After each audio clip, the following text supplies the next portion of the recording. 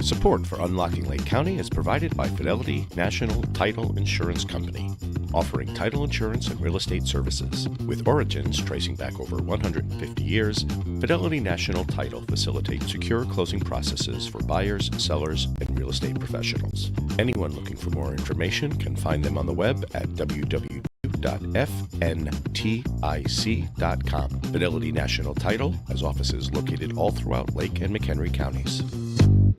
You're listening to Unlocking Lake County with Dick Barr. You guys have a great radio station. You just play the best music. Support for Unlocking Lake County is provided by Harder & Shotland Law Firm, offering legal services across various areas including criminal defense, real estate, family law, and more. Harder & Shotland is committed to addressing the legal needs of individuals and businesses with a focus on thorough and knowledgeable representation. Information on Harder & Shotland Law Firm can be found at hardershotland.com or by visiting their office at 625 West Rollins Road in Round Lake Beach. They can also be reached at 847-546-0022. You're listening to Unlocking Lake County with Dick Barr. Unlocking Lake County. 98.3 The Life. It's the best station on the radio. Support for Unlocking Lake County comes from the Sly Marinka team at Cross Country Mortgage, specializing in a range of mortgage solutions tailored to meet the needs of homebuyers and homeowners. With a focus on delivering efficient and knowledgeable service, the Sly Marinka team is dedicated to facilitating a smooth mortgage process. Their office is located at 532 Lake Street, Suite A in Antioch, Illinois. They can also be reached at sly@ccm.com or by phone at 847-722-1775. You're listening to Unlocking Lake County. Unlocking Lake County with Dick Barr. 98.3 The Life. Support for Unlocking Lake County comes from the Dick Barr Group at Village Realty, offering both residential and commercial real estate services across northeastern Illinois. Find us at our office located at 1915 East Grand Avenue in Lindenhurst, or visit us online at www.dickbarr.com. For a personal real estate experience, they can also be reached at 847-579-9736. At the Dick Barr Group, your property goals are their mission. This is Unlocking Lake County with Dick Barr. Support for Unlocking Lake County is provided by Fidelity National Title Insurance Company, offering title insurance and real estate services. With origins tracing back over 150 years, Fidelity National Title facilitates secure closing processes for buyers, sellers, and real estate professionals. Anyone looking for more information can find them on the web at www.fntic.com. Fidelity National Title has offices located all throughout Lake and McHenry counties. You're listening to Unlocking Lake County with Dick Barr. Your favorite show right here on 98.3 FM. 98.3 The Life. Support for Unlocking Lake County is provided by Harder & Shotland Law Firm, offering legal services across various areas including criminal defense, real estate, family law, and more. Harder & Shotland is committed to addressing the legal needs of individuals and businesses with a focus on thorough and knowledgeable representation. Information on Harder & Shotland Law Firm can be found at hardershotland.com or by visiting their office at 625 West Rollins Road in Round Lake Beach. They can also be reached at 847-546-0022. Unlocking Lake County. 98.3 The Life. Support for Unlocking Lake County is provided by Harder & Shotland Law Firm, offering legal services across various areas including criminal defense, real estate, family law, and more. Harder & Shotland is committed to addressing the legal needs of individuals and businesses with a focus on thorough and knowledgeable representation. Information on Harder & Shotland Law Firm can be found at hardershotland.com or by visiting their office at 625 West Rollins Road in Round Lake Beach. They can also be reached at 847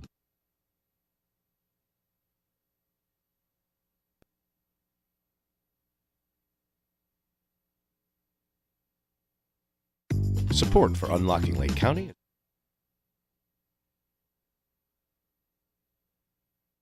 Support for Unlocking Lake County is provided by Fidelity National Title Insurance Company, offering title insurance and real estate services. With origins tracing back over 150 years, Fidelity National Title facilitates secure closing processes for buyers, sellers, and real estate professionals. Anyone looking for more information can find them on the web at www.fntic.com. Fidelity National Title has offices located all throughout Lake and McHenry counties. Strong communities are the breeding grounds for strong real estate markets. Welcome to Unlocking Lake County with Dick Barr, where Dick unlocks your doors to everything happening in the community and tells you how you can use that to your real estate advantage. And now, here's your host, Dick Barr.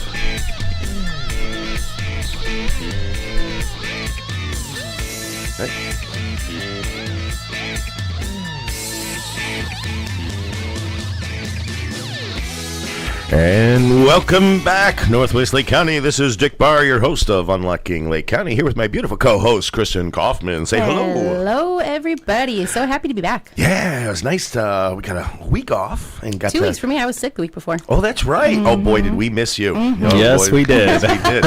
And, of course, also back in the studio is our favorite mortgage guy, Sly Marinko. Hello, everybody. And, Sly, how was your past week? Oh, it was. I developed a little man cold over the weekend, so... What's a man cold? Well, that's a cold for men. Oh.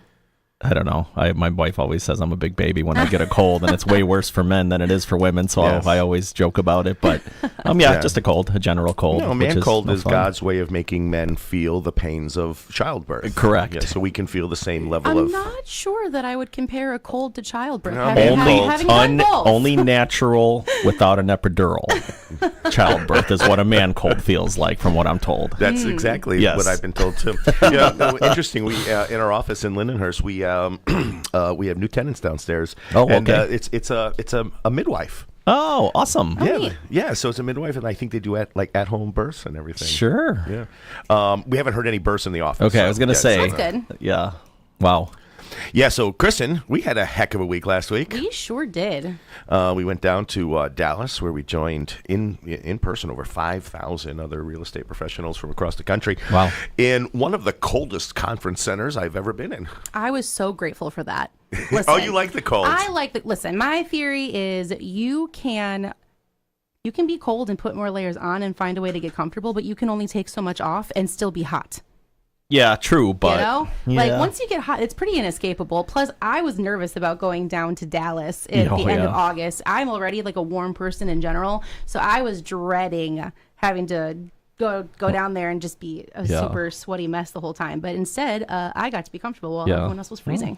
You know, I thought it was funny while we were down, and I hear you. I was like, who sets our conference in Dallas in August? You know? But quite honestly, the weather was pretty moderate. It was nicer there than it was here, from what I'm told. Yeah. On, I think, hot here. Wednesday, it was 95 there, while it was 97 here in Chicago. Yeah, but it was breezy down there, too. It wasn't, was. like, nasty and thick. Like, I remember last summer walking out of my house a couple of times and being like, it feels like the rainforest out here. That's what it was while you guys were gone. Yeah. There was those Really? couple of days where it was just like, holy crap. It was hot. Yeah. It was hot. Yeah, refuel was the 115, 120 on those days at 95, 97. You're kidding? No, Yeah. Up here? it was insane. Yeah, Yeah, they closed a couple of the schools down. Yeah. Yep. That's what I heard. Yeah. Schools that had trouble with their air conditioning. Yeah, they had to do all the indoor recesses and everything, too. Yeah, which was sad for me because I'm one of the weird ones who I really like the heat.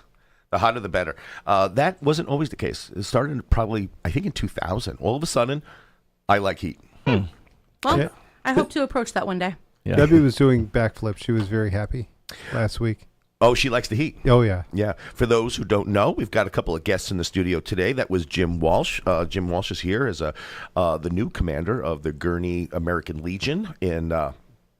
I was about to be redundant. I was going to say in Gurnee. Yeah, there you go. Yep. Hi, everybody. And with him is Les Defner, also with the American Legion. Les, do you hold a post currently? Sorry.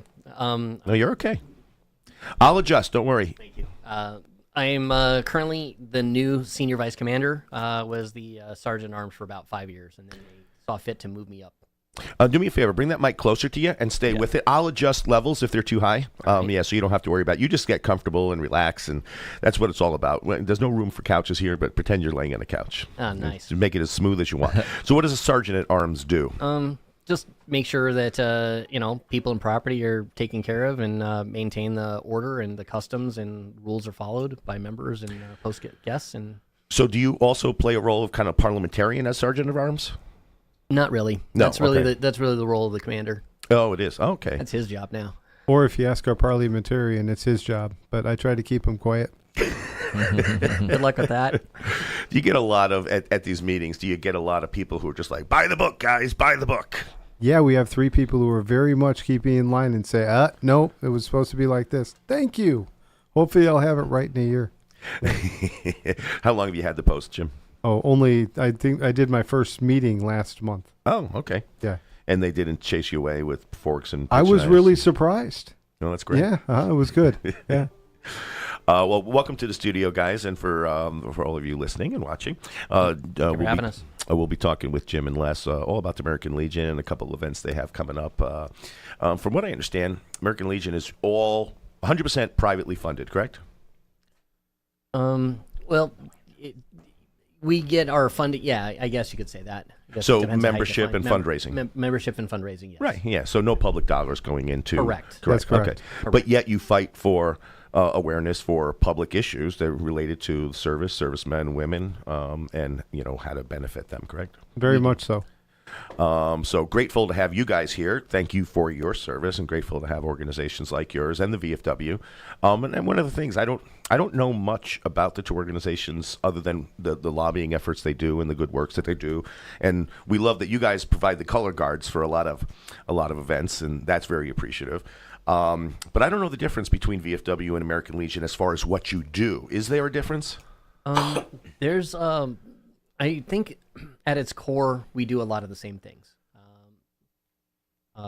Beyond that, support for veterans is primarily the big thing for both organizations. Yeah. That the big distinguishing factor between the American Legion and the VFW is their membership criteria is a lot more strict. Sure. Yeah. Do you ever guys ever battle out I haven't had to go to a foreign war. Oh yeah, well I fought in a foreign war. Not that in my experience. I mean, within there are people who are members of both organizations. There are. Okay. Yeah. Okay. Well, that's cool. No, so, the thing that I experienced the most is the fact that all the other services are jealous of me because I was in the Air Force. And we talked about that a little bit the last time you were here. Kind of that we talk about going through life on a couch. Some of your stories. There you go. That's yes. us, yeah. Yes. No, but we thank you for your service anyway. Yeah. But so I want to jump back to Dallas. Very, very interesting week. Over 5,000 other agents who were experiencing the shift and change to the new rules with regard to how real estate is done. Mm-hmm. And what I've seen so far with all of this hoo-ha and fear going through the airs, not much has changed. Yeah. Have you noticed that, Kristen? Yeah, I agree with that. I mean, especially for me because of the fact that I was entering the profession of real estate around the time that the conversations were starting about these potential changes. I had already sort of adapted a lot of those changes to begin with, so nothing really changed for me other than just needing to have a thorough understanding of the rules now that they've been put in place. I kind of was under the wrong impression, though, that was unique to me. I am noticing the same thing, though, that not a lot is really changing across the board. Yeah. Mm-hmm. And what Kristen's referring to is early on in Kristen's career, she started with buyer agency agreements immediately as soon as she entered. Most of us old timers, we just, I don't need one. The things will just work themselves out. Sure. And the new rule is buyer agency agreements are required. And this is probably the biggest change to the market, the biggest thing where we're hearing anecdotal stories of some buyers who don't want to sign these buyer agency agreements, and agents may be unable to explain the values. That agency agreement just basically lays out the responsibilities between the agent working for their client. Yeah, basically. I like to approach it like an employment agreement. You're agreeing to let me work for you. Right. And then an agreement for the pay. So right, exactly. Yeah. So do you want me to work for free, or do you want to pay me to work for you? Right. So that's basically the biggest change that went down. And then, of course, on the flip side of that, the big change is us not being able to advertise on the MLS, cooperating compensation to attract buyer agents to bring their buyers. Yeah. Don't know why they got rid of that, because that's one of the biggest advantages of the MLS is to attract the 55,000 agents to bring their buyers to show your listings. And there are some MLSs around the country. I think MLS PIN over in New England, they're actually suing. I read about that. The DOJ, stating that that's a violation of their First Amendment rights to be able to offer compensation in order to attract buyers. It'll be interesting to see that's how an that interesting unfolds. spin. I haven't heard that one yet. Yeah, and I would agree with that. Sure. Yeah. The question is, do businesses experience the privilege of the right to free speech? Yeah, that's where they get into it, because is the law written for an individual or for a corporation or group? Well, I mean, the Citizens United Supreme Court case, I don't know much about it, but I think that extended the rights to free speech to businesses as well as citizens. But you can argue that as an agent of the seller, anything that I do in furtherance of their individual needs is an extension of You're their representing rights. the seller, correct? Yeah. So by me being able to offer that offer of compensation, I'm just exercising their free speech as their agent. Sure. And for what it's worth, I mean, it's just a thought, but as realtors, we're independent contractors. We're not corporations, Yeah. So I don't know if that will play a role in that or not. It's an interesting, I don't know. Yeah. Jim, you've always been my go-to source for kind of political and constitutional law. What's your position on whether or not freedom of speech extends to corporations? Honestly, I didn't like Citizens United. I know, because of the political ramifications. Well, there's that, and the fact that I don't think that a corporation necessarily should have a right to free speech. I think that the individual should have the right, and an individual vote should matter. I don't necessarily think that this collective group of people should have the same rights as the individual. I put the individual above a collective when it comes to constitutionality and that kind of stuff. So you in effect think it's giving the collective two votes? Yes. It's giving the individual and the collective. Yeah, so the people who are in the collective, they get two votes, so long as they agree with what the collective is doing. So then to get around that, you just do a class action lawsuit where each individual says, this is Right. what I agree with, and now that's it's fine. not the organization, it's each individual. Right. Right. Yeah. Now, but I do like what you were talking about when you said that as the individual realtor, you're contracted by that individual. And in all of these negotiations, you're speaking for that person. Right. And I can see that in that case, that yes, the individual's right to free speech is by proxy the same as when you argue that it's free speech, it's not necessarily your free speech that you're arguing for. It's your customer's free speech. Right.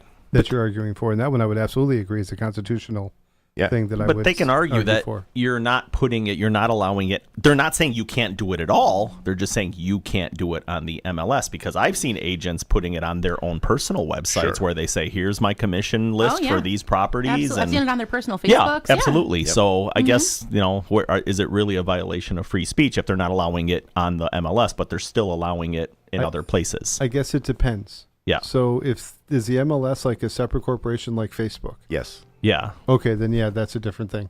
I would say that the organization itself can say no to it, but the government can't tell that organization to say no to it.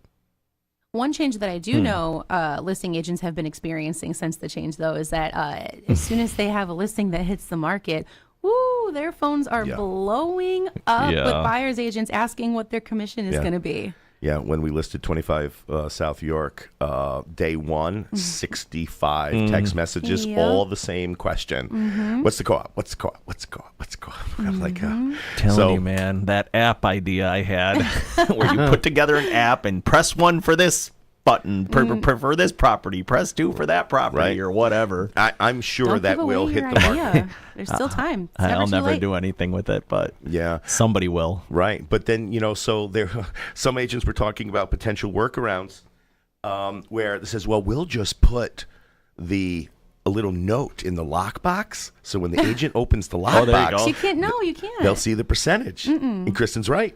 Because who provides the lockboxes? We buy them from the MLS. Yeah. We have an app called Showing Time that allows us to book the appointments. We say, well, we can put it in there. What's that? And it's through? Well, Showing Time is through the MLS. And then someone said, well, they're going to get smart, and they're going to say, we're going to start our own website where we will aggregate all of the agents' cooperative compensations into this one website. But guess what? That is a de facto MLS and therefore covered. So it cannot, nothing can serve as a de facto MLS. Yeah.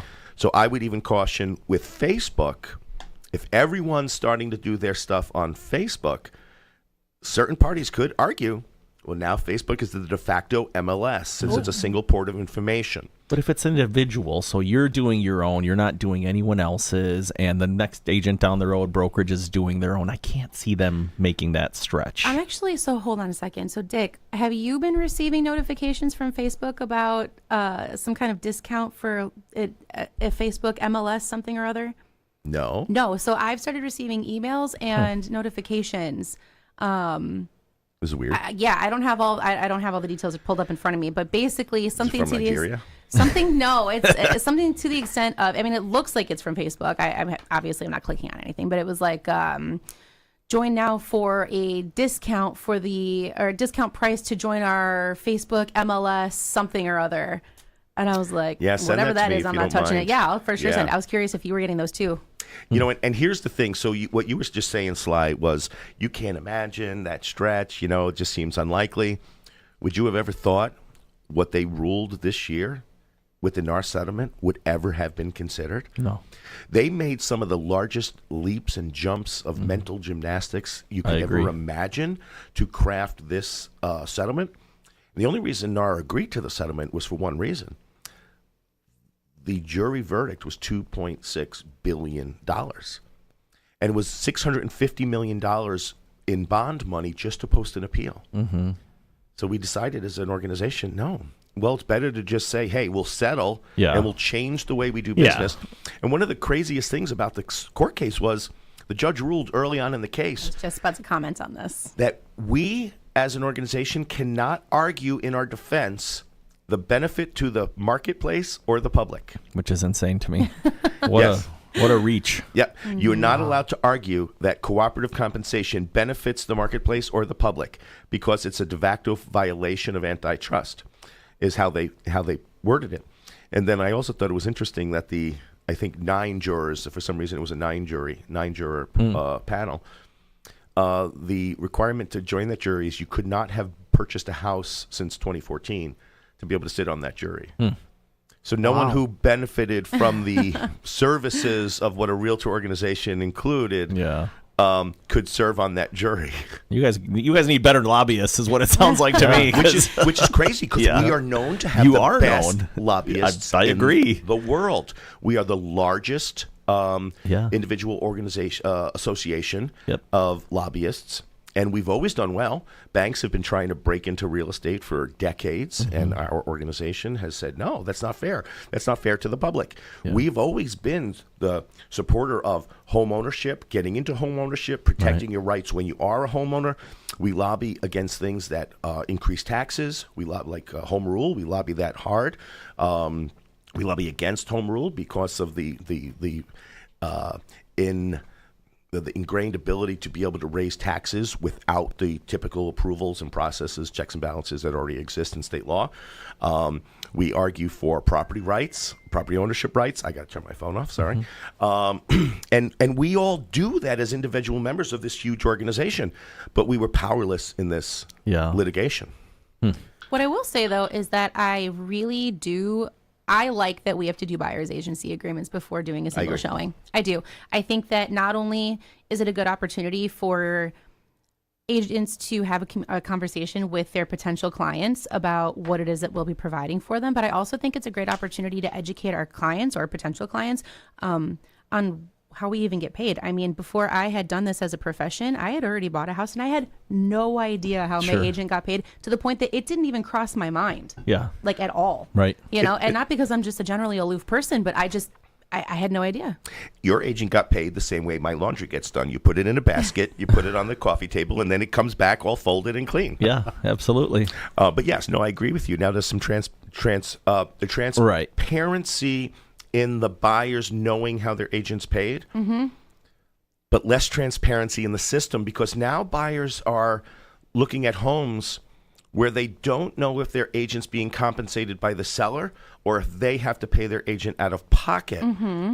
And that's going to lead... And it's messing with their negotiations. It's messing with the negotiations. We saw that firsthand. Yep, I experienced that personally. Yep, where a seller negotiated back the buyer agent fee, not the price. They said, we accept everything except for your commission. Wow. We ended up... It was fine, yeah, but still. We're not going to talk about specifics, but the buyer was like, "No, they were deeply offended. They were, they were offended by it, right? And they said, "Fine, if you're not going to pay our agent, we're walking." And then the seller said, "Okay, we'll pay." Yeah, well, there you go. Said, it's worth a shot, right? Details, but I'm going to tell you everything that happened. Yeah, worth a shot, I guess, from a seller's standpoint. Yeah, exactly. And I get it. I mean, from the seller's standpoint, I get it. But it is interesting now that there's this added level of uncertainty for buyers when there was already so much uncertainty between rates and prices and what are we going to do about like home insurance costs. And now there's this added layer of uncertainty for them. And the crazy thing is the Consumer Advocates of America or whoever was kind of tangentially parallel to this case predicted, well, this is going to drive home prices down. In fact, even the President of the United States got on national television and said, this is for the first time ever, well, the public can negotiate their realtor fees. For 150 years, you've been able to negotiate what that cost is, number one. Then he said, realtors really need to cut their commissions, lower their commissions. First of all, without any clue about what's happening in that transaction, the value that agent brings, well, here's what's going to happen. And they're saying it's going to lower prices of houses. That doesn't make any sense whatsoever, because the house is worth what it's like gold. It's a commodity. No matter what commission you pay for the person who buys it or sells it for you, it's still worth whatever it is. And if you take a portion of that commission away, you don't drop the value of that commodity. And what's going to happen is buyers who are thinking they can save money by not paying a buyer agent direct, they're going to try and go straight to the lister. And not going to have any representation, because the listing agent's not going to represent you. Yeah. That buyer will be on their own. Who's this going to affect most? Low income, first time home buyers, perpetual do-it-yourselfers who says, I can do this on my own. Right. And here's the crazy part. It's not going to save them any money. Right.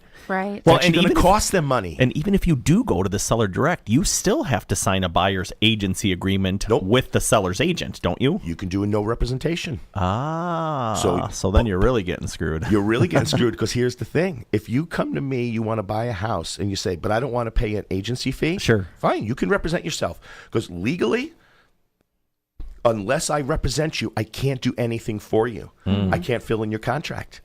I can't tell you what a paragraph means.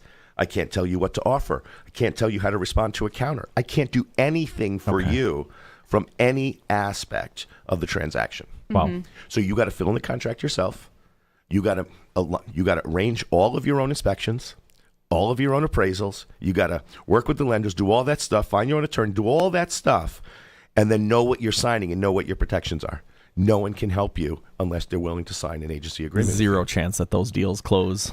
Right. Or with any kind of smooth, process or anything like that. I mean, unless it's really savvy buyer, right? He's done this a million times before. He's investor, maybe. Sure, something like that. Yeah. The truly baffling part about that entire narrative, though, was Because I'm going to be honest, that when you first told me about it, I was reluctant to fully buy it. Not because I thought you were lying, but because, anything you see on the internet, you double check, right? But I remember going on the White House website itself and looking at the transcript and seeing the video of the president himself calling on realtors to lower their commissions. And I sat there and I thought to myself, in what other scenario are you calling on hardworking Americans to lower their income? Right. Well, Kamala's doubling down on that with her price controls that she's proposing. Mm-hmm. Like, nurses, lower your salaries so that healthcare can be more affordable. Like, excuse me? And the funny thing is, the average realtor in this country makes $60,000 a year. Yeah. Average woman only makes $40,000 a year.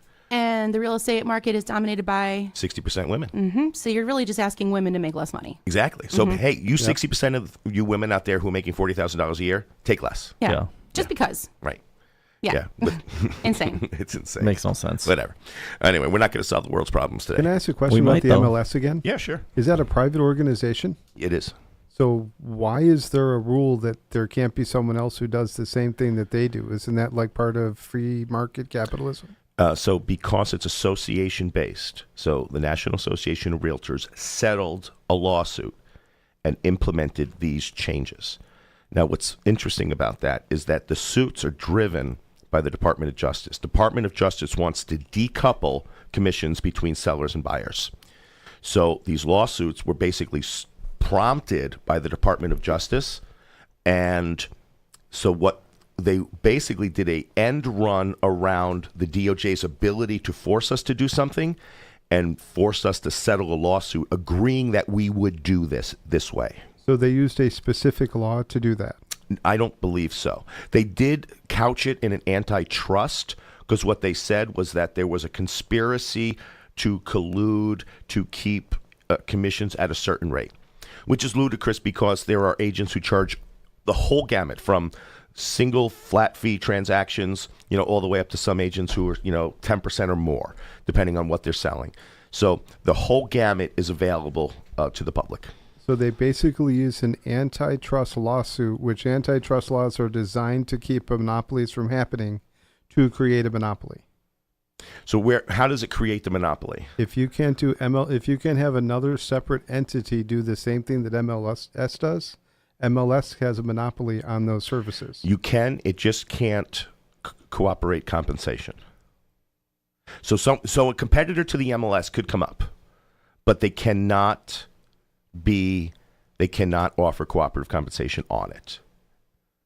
So, but can they list what cooperative compensation? No. But they're not offering it. If they're just listing, this person says they'll do this, this person says they'll do this, they're not offering it. They're providing a place for other people to say this is what's going on. Right. And I don't know the legalities enough to be able to respond to that. But yeah, it's complicated. Okay, fair enough. Yeah, I was just curious. Well, they made it complicated. It's not really that complicated. Everyone wants to know what they're going to get paid when they're doing whatever work. But I do want to keep talking about Dallas when we have some time, because there was a lot of really... No, it's okay. This is what conversation is on the show. It's awesome. It runs away from us, I think, pretty much every time, 100% success rate on running away from our conversations. But at some point, I do want to talk about, just some of the things that we learned, some of the things that we were inspired by. Do we have to go to a break, or do we have some time to dive into that? Yeah, we don't really have time to get into it just yet, but you can get into some things, maybe one or two items. I don't know. I don't have something specific that I have in mind, but I was going to ask you if there was anything specific that you took away from that event. Fogo de Show was awesome. Keep the meat coming. I want to sweat. I always thought it was Fogo de Chao. No? I don't know. Maybe I'm just pronouncing it like a Midwesterner. I don't know. I think it's Chow. We're down in Dallas, and Dick's like, where do you want to go get dinner? And I'm looking it up, and I'm like, ooh, Capitol Grill, Fogo de Chao, all things I can get in Chicago. Yeah, right? That's funny. Yeah. I always make it a point when I go on vacation, I do not eat something I can eat at home. Really? Always, yes. No chains, just try something local, pick a mom and pop place, and you know what I will say? My biggest takeaway after being at the event that we were at, being surrounded by so many other professionals in the profession that we are not just working in, right? But we pour our whole hearts and souls into our jobs. We truly do. We're never clocked out. It was really cool to be surrounded by my colleagues, my peers, because I really do view other realtors as my coworkers, my colleagues. I don't view anybody as competition. And it was really cool to be in an environment with a lot of other like-minded people who all saw us as a collective team.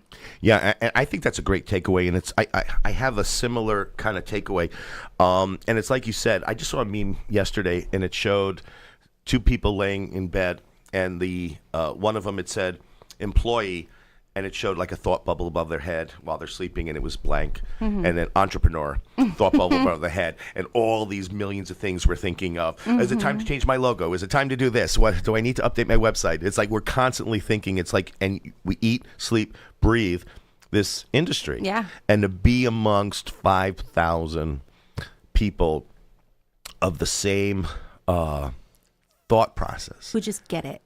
Who just get it and Without you having to understand explain it. yourself. Correct. Yeah, that's a cool experience.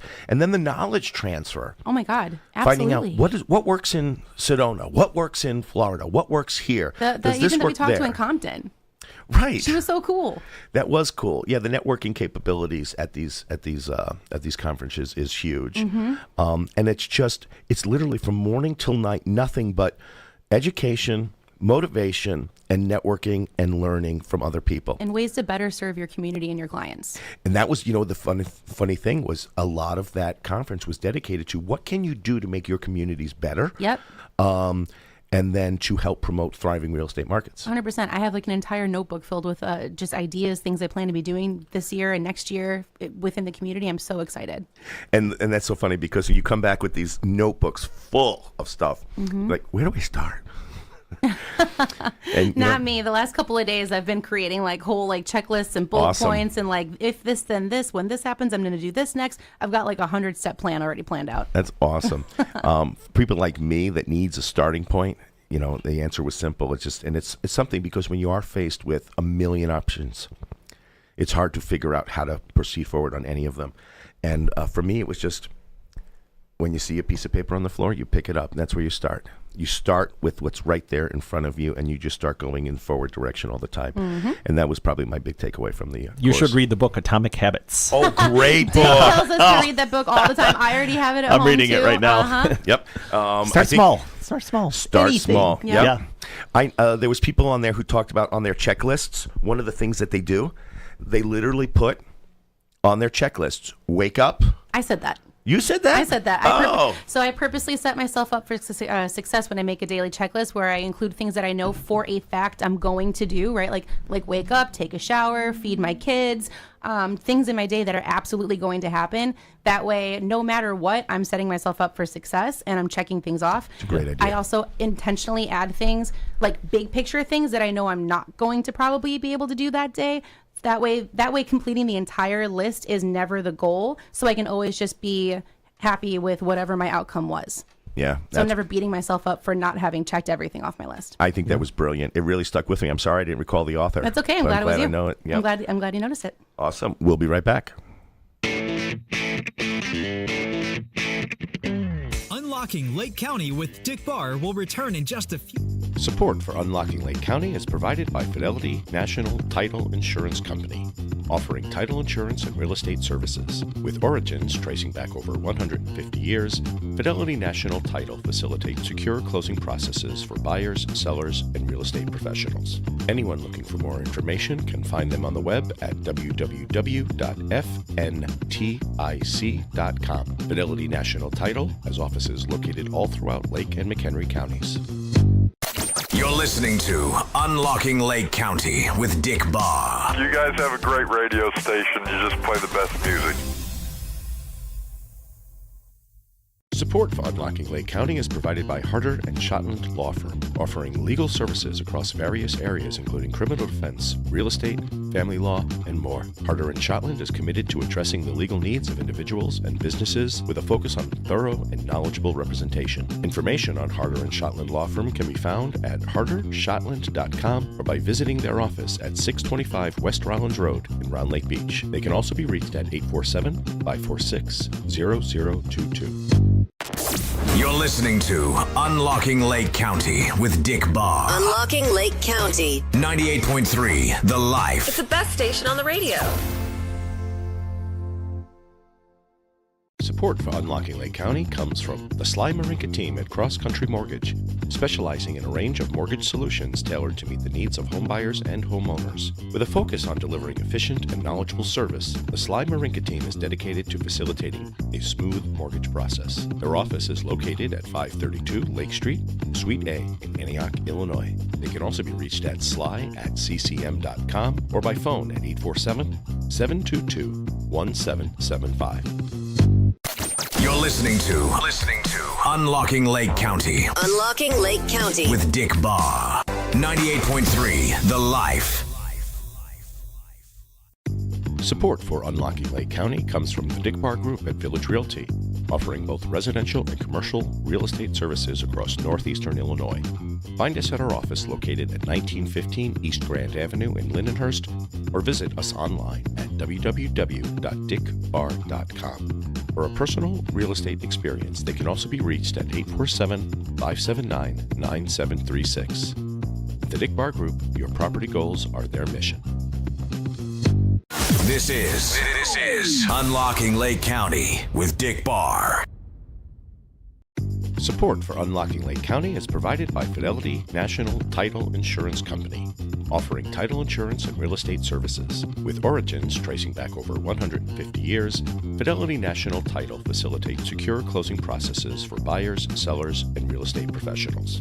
Anyone looking for more information can find them on the web at www.fntic.com. Fidelity National Title has offices located all throughout Lake and McHenry counties. You're listening to Unlocking Lake County with Dick Barr. Your favorite show right here on 98.3 FM. 98.3 The Life. Support for Unlocking Lake County is provided by Harder and Shotland Law Firm, offering legal services across various areas including criminal defense, real estate, family law, and more. Harder and Shotland is committed to addressing the legal needs of individuals and businesses with a focus on thorough and knowledgeable representation. Information on Harder and Shotland Law Firm can be found at hardershotland.com or by visiting their office at 625 West Rollins Road in Round Lake Beach. They can also be reached at 847-546-0022.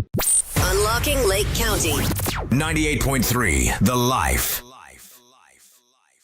Support for Unlocking Lake County is provided by Harder and Shotland Law Firm, offering legal services across various areas including criminal defense, real estate, family law, and more. Harder and Shotland is committed to addressing the legal needs of individuals and businesses with a focus on thorough and knowledgeable representation. Information on Harder and Shotland Law Firm can be found at hardershotland.com or by visiting their office at 625 West Rollins Road in Round Lake Beach. They can also be reached at 847-546-0022. You're listening to Unlocking Lake County with Dick Barr. You guys have a great radio station. You just play the best music.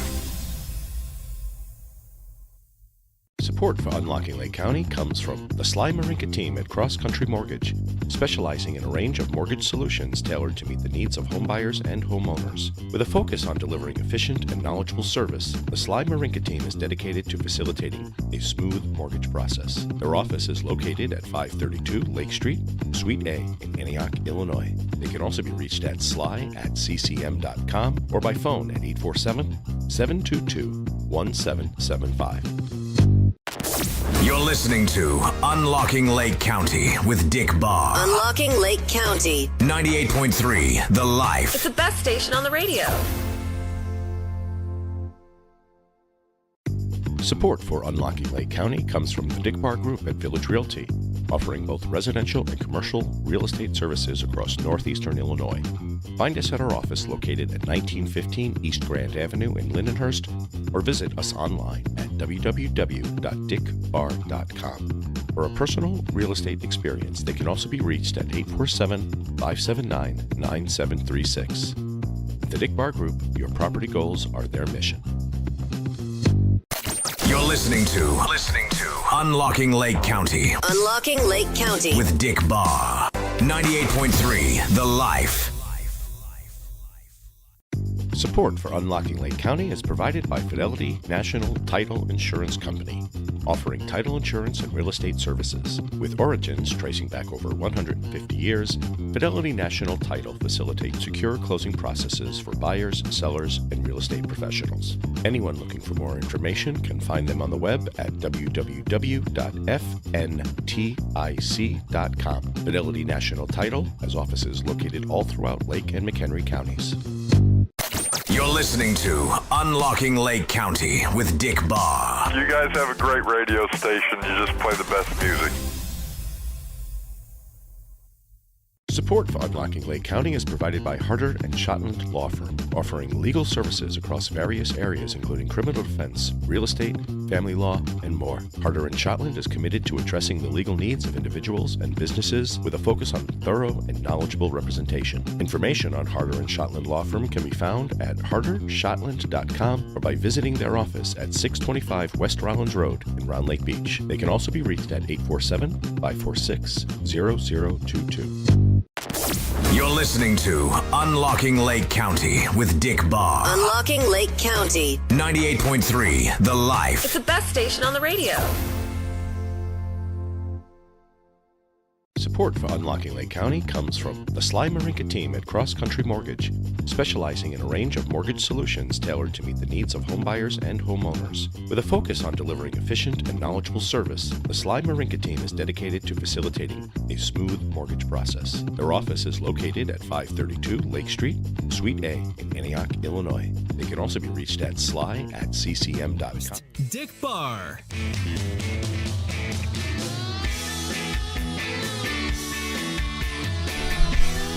And welcome back. This is Dick Barr, your host of Unlocking Lake County, here again with Kristen Kaufman, Hello, everybody. Sly Marinka, Hey, hey. and our special guests this week from the American Legion. We've got Commander Jim Walsh. Hello.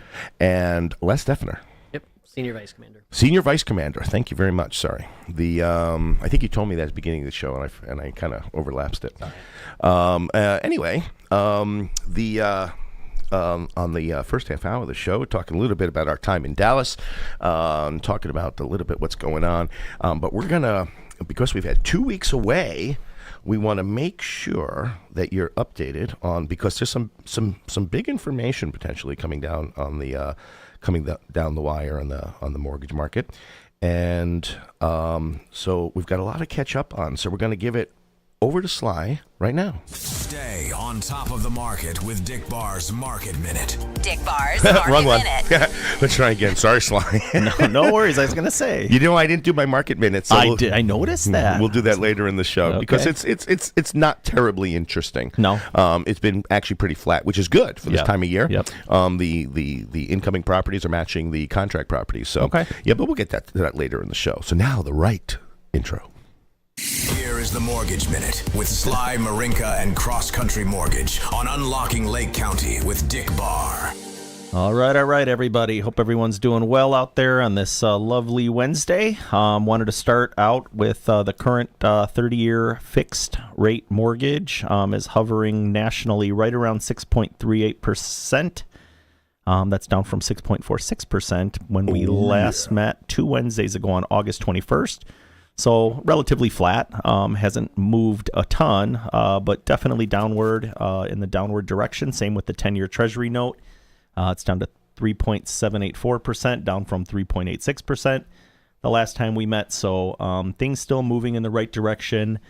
Everything we're seeing about inflation is trending downward. So we know that the Feds have talked about cutting rates. That's coming up here on September 18th.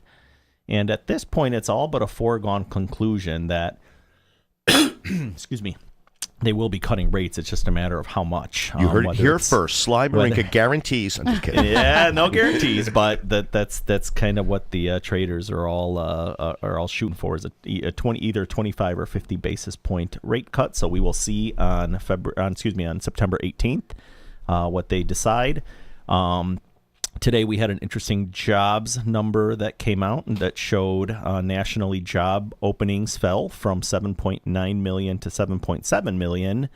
Also, the previous report was lowered. The number was revised downward again by 330,000 existing jobs, and that's far below the estimated 8.1 million job openings we were expecting. So more softening in the labor market. Big news this week will be the ADP employment report that comes out tomorrow, and then on Friday is a Bureau of Labor and Statistics jobs report. So if job growth continues to weaken and unemployment starts ticking up, I think that's what's going to really, affect what the Fed does on the 18th. They're really monitoring the job. They're doing what they wanted to do with inflation, but now what's happening to the jobs. So we'll keep an eye on it. Be sure to update you next week, but this week we should see those numbers come in, and if they fall below the estimates that we're expecting, we could expect better mortgage rates hopefully down the road. So we'll just have to keep an eye on things. This is not financial advice. So it's just my take on it, what I'm seeing, the numbers we are seeing reported. So we'll just have to keep an eye on it. So then my tip of the week. Last week we didn't meet. And boy, over the last couple of weeks, I've gotten a fair amount of applicants that have been self-employed. And that's just something that, whether you're a self-employed, you own your own little company, you're a sole proprietor, whatever it is, you clean houses, or even just a regular 1099 employee. We always have when we're looking at their income and how we calculate their income is a little bit different than what they think, because it's very standard. They say I make X amount of dollars, and then when we go to review their paperwork, they don't have traditional pay stubs. So it's like, what do we look at? We look at their last 2 years' tax returns, and then the number that they actually claim after their expenses is typically not what they say at the beginning, and it creates a problem. Because we go off of that. We go off of the taxable income. So if you are self-employed and you are planning on purchasing a home down the road, just keep that in mind. If you make, say, $50,000 a year, but you write off $46,000 a year, you only make your $4,000. Income is $4,000. So now there is depreciation and things like that we can add back if we can prove that it's legit. But just keep that in mind if you are planning on purchasing a home down the road and you're self-employed, that if you want to do a traditional mortgage, and by traditional I mean a conventional loan or an FHA loan or a VA loan, that's what we go off of. There are products that allow you to look at bank statements instead of tax returns, but those products are typically going to require way more down. Than a 3% down conventional loan or 3.5% down FHA loan. They're also far riskier loans. They are, but the down payment amounts are typically 20-25% down. So, if really, it's a little bit riskier, but when you're putting down that much money, the odds of you just walking away if things go bad are probably slim to none. You're not just going to, depart with your down payment. So the funny thing about those bank statement loans, they're basically saying, yeah, we know you're probably underreporting your income on your taxes, so we have another product that can help bypass that. And that's exactly what it is. But they have to make sense. It's not like, the subprime days where it was like, oh, you don't have tax returns. We'll do that, but we'll also give you 100% financing. No, they're making you put down a big chunk of change to mitigate that risk. And they do look at the bank statements, and they see what's going out too, not just what's coming in. So they do an analysis on that, and if they see that everything that comes in goes out, you're probably going to have a hard time getting approved. But it is an option that has helped us help lots of self-employed borrowers that would not have been able to qualify for a regular conventional loan or anything like that. So again, if you're self-employed, just keep that in mind when you're filing your taxes. Talk to your accountant. Obviously, you want to do things by the book, so you don't tick off the IRS. And you want to make sure that if you're purchasing a home, you're aware of that. Don't go writing everything off, because I'm not going to be able to use that as income. So that's my little tip of the week. So what I'm hearing is, if you think that you plan on buying a house somewhere down the line, talk to a lender early so that you can get the kind of information that you would need long-term down the road. Absolutely. That Seems would be huge. A reoccurring theme that we bring up here every time, which is the second that the idea of buying a house even crosses your mind, talk to a lender. Yeah. Get your ducks in a row. Yeah.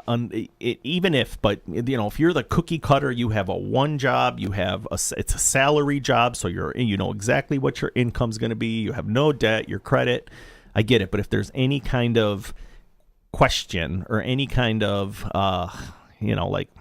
just anything out of the norm, absolutely talk to somebody sooner rather than later. Have them check your credit, make sure that's all lined up as well, and the sooner the better. Now there's a timeline as well, right? So you have to have owned your business or worked for yourself for a certain amount of time in order for it to even count, right? Correct. Yeah, we look at the most recent 2 years. So you have had to be self-employed for 2 years. Okay. And your tax returns would be how we would verify your income.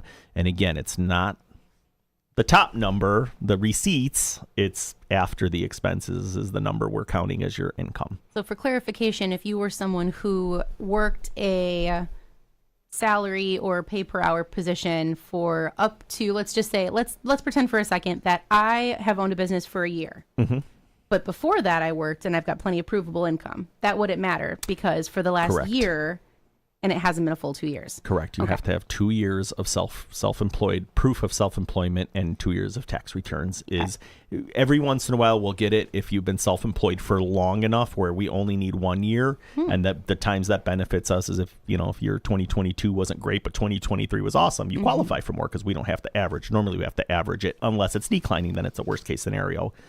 You have to have a 2-year history as well, but you would still have to have that on the bank statement program as well. That makes sense. I think that part gets lost on a lot of people who are like, oh, well, no, but my business is really well. And, it's only been a year, but before then I worked. So I can still prove that I've had income this whole time. Yeah, which is crazy because the opposite, if you were self-employed for the last 10 years and then you just started a salary job last month, you're good to go because you have a new salary and which banks like salaries. Yeah, they like to know what you're going to make. Makes sense if you think about it. It does. Is it fun to hear that or be told that when you're on the other side of the table? No, of course not. That doesn't feel good. But it makes sense if you think about it from a lending standpoint. Absolutely. So if you're self-employed out there and thinking about buying a home in the near future, definitely talk to somebody sooner rather than later. Don't wait till you file your taxes next year and talk to your lender first. They could even look at your stuff at the end of the year and, see where you're at and see what it would take to qualify. And that's true even if they're looking at a refi, right? Absolutely. Yep. Yeah, for the most part. There are some streamlined programs on, for instance, FHA has a streamlined refi, or the VAIRRRL, the interest rate reduction refinance loan, where we don't verify income on those two programs. So if you have an FHA loan or so you got in using FHA, if you're doing just a standard streamlined refi, we typically don't have to re-verify your income. Yeah, I was thinking about it, thinking back, should have thought about having a whole show about VA since we have the American Legion guys in here today. Yeah, and we have a fair amount of VA loans going right now. People being moved here to Great Lakes, being PCS orders where they're getting stationed here at Great Lakes. I have a gentleman moving from San Diego, another one moving from Iowa. So that happens a fair amount, obviously, in our area. Yeah, and that's probably one of the, from our perspective, when we're selling in Northwest Lake County, it's a huge advantage having the Great Lakes base here. Yeah. Because a lot of those guys, they don't want to live on base. And then we're about the closest affordable communities that they can live. Sure. They're not like they're going to go buy a house in Lake Forest, right? Right. So they want the good schools, and they'll come out here and get good schools for an affordable housing payment. Yeah, absolutely. Sly, so you're talking about a Fed rate drop potential. Potentially, yeah, guaranteed. 18. Sorry. What does that mean? Because I know the numbers are already cooked into the pie. Yeah. So if the Feds drop the rates a half a point in September, what is that going to make? What do you think that'll translate to the rates? Will there be no difference? Will there be a slight drop? I think it'll be a slight improvement. So if it's right now, the odds are a 25 basis point rate cut. So if they do bump it up to 50 basis point rate cut, that'll improve our rates. But then what they say going forward will be the next. So if they say that we're going to continue to do this, if they announce that we're likely going to continue to, lower rates because the inflation numbers that keep coming out are in line, and job market keeps softening. Those are all, the job thing is bad. It's not great for the economy, and they want to obviously keep the economy up as well as they can. going forward. If they cut it 50 basis points in September, yes, we'll see slightly lower rates. But then if they say that they're going to continue, then we'll see rates continue to go downward. So it's something interesting to keep an eye on here over the next couple of months. So if there's buyers sitting on the sidelines right now and say, oh, I heard there's a 50-point potential rate drop in September, on the 17th and 18th, even if there is, we're probably not going to see a big change in what the actual mortgage rates are. Yeah. I mean, they would have to do something crazy for it to be a big change, right? Right. But I mean, every bit helps, obviously. But we're in a weird time. Yeah. Sometimes the news is enough to get them off the rates just dropped. They start, and especially if they didn't know what rates were yesterday. Right. They're like, rates are down half a point, and then they'll get off the fence and start looking to buy again. Yeah, I was talking to a buyer that I pre-approved a long time ago, about a year ago, and they're back on market, getting ready to go start looking at homes, and they were blown away by what rates were compared to the last time. Yeah. When we were talking last fall and it was in the 8s, high 7s, low 8s, they're like, wait, what do you mean? The rates are in the 6s? And it's like, yeah, they've come down. They've already come down a lot. And we haven't seen a huge increase in values. Prices. Right. Yeah. I would say certain of the premium product, I would say has gone up a significant percent, but I think you're right. The median product is staying about the same. Yeah.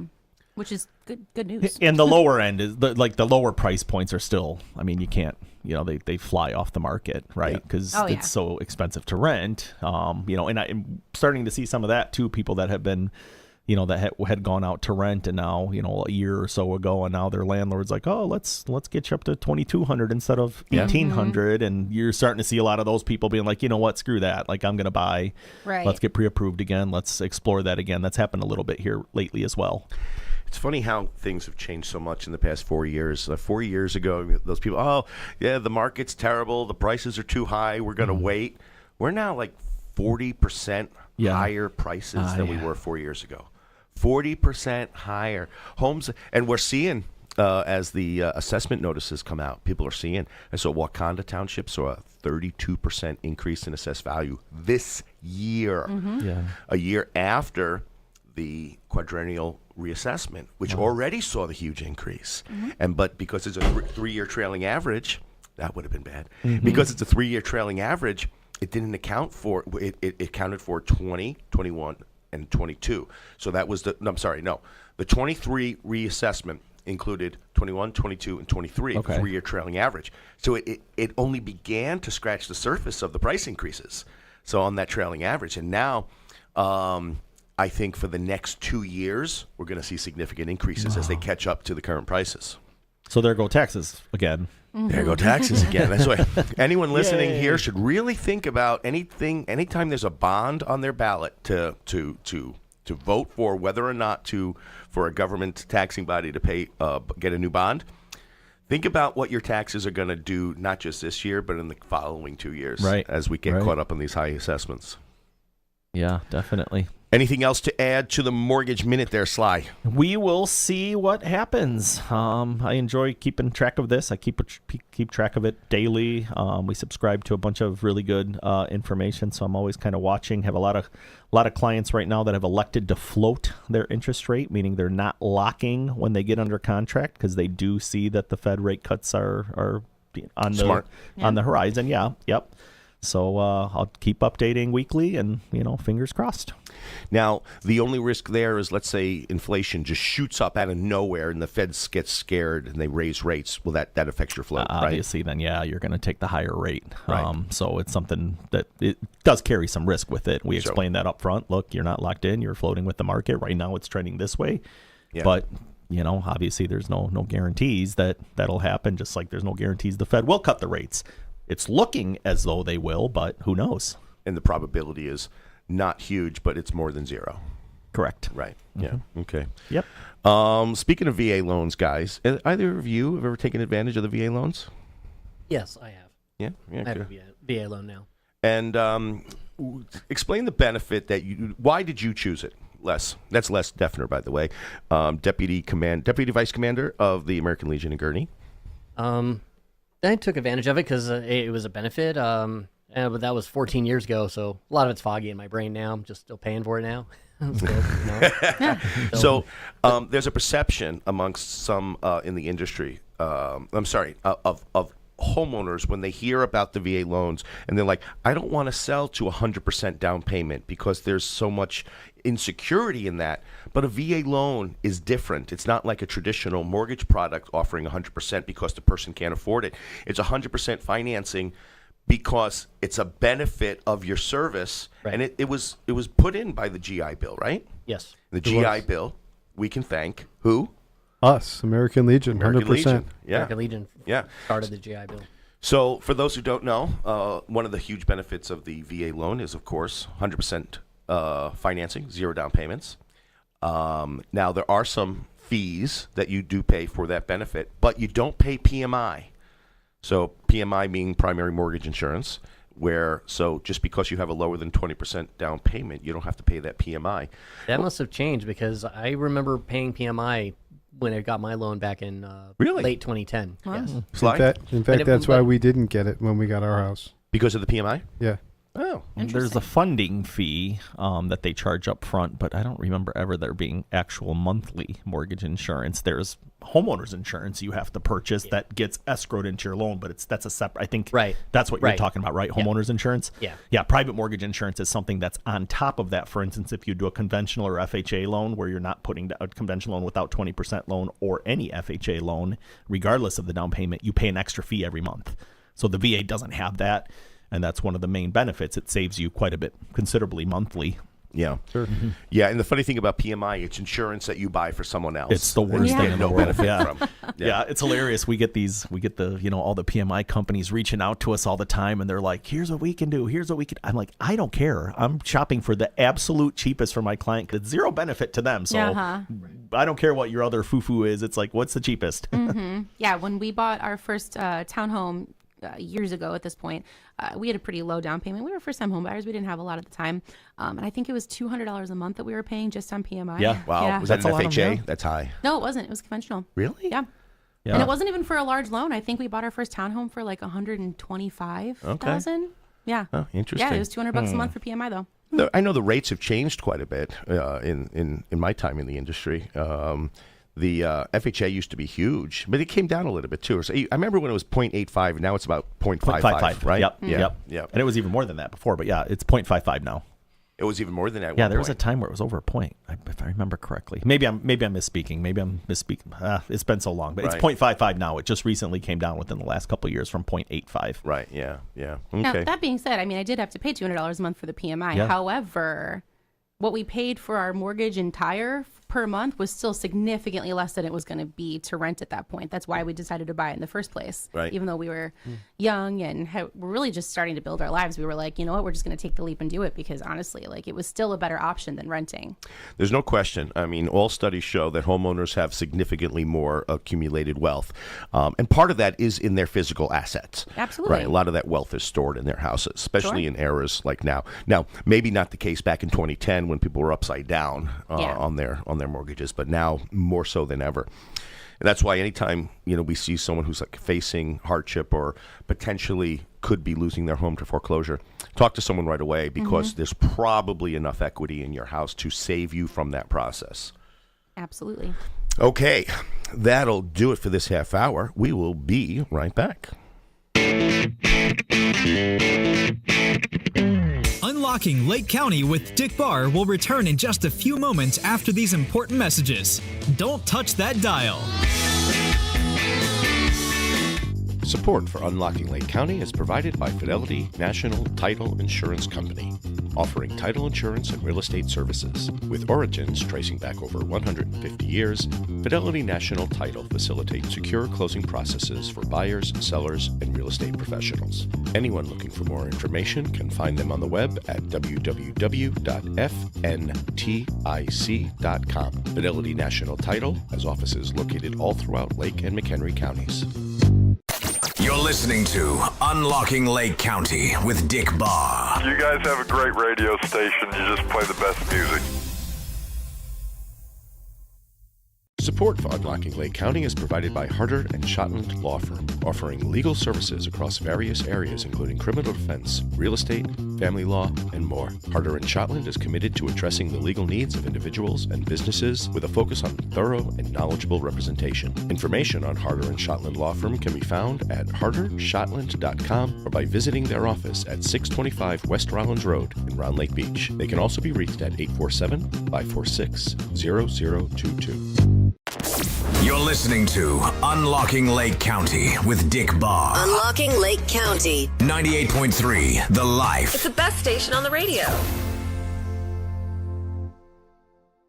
Support for Unlocking Lake County comes from the Sly Marinka team at Cross Country Mortgage, specializing in a range of mortgage solutions tailored to meet the needs of homebuyers and homeowners. With a focus on delivering efficient and knowledgeable service, the Sly Marinka team is dedicated to facilitating a smooth mortgage process. Their office is located at 532 Lake Street, Suite A in Antioch, Illinois. They can also be reached at sly@ccm.com or by phone at 847-722-1775. You're listening to Unlocking Lake County. Unlocking Lake County. With Dick Barr. 98.3 The Life. Support for Unlocking Lake County comes from the Dick Barr Group at Village Realty, offering both residential and commercial real estate services across northeastern Illinois.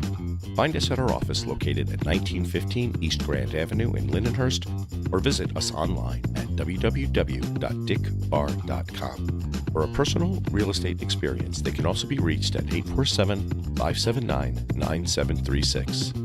At the Dick Barr Group, your property goals are their mission. This is Unlocking Lake County with Dick Barr.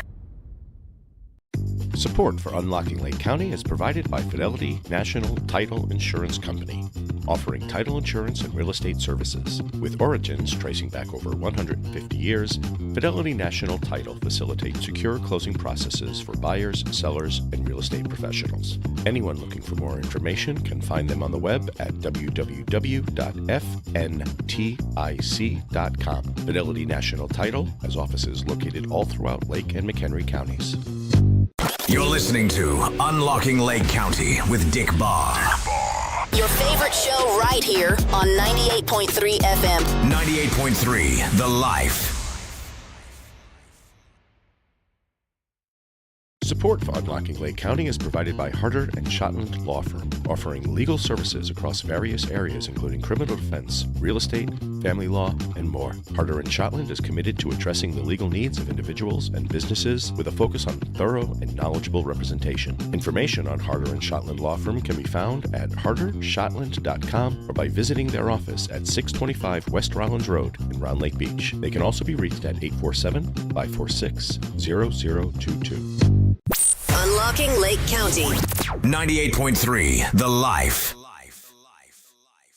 Support for Unlocking Lake County is provided by Harder and Shotland Law Firm, offering legal services across various areas including criminal defense, real estate, family law, and more. Harder and Shotland is committed to addressing the legal needs of individuals and businesses with a focus on thorough and knowledgeable representation. Information on Harder and Shotland Law Firm can be found at hardershotland.com or by visiting their office at 625 West Rollins Road in Round Lake Beach. They can also be reached at 847-546-0022.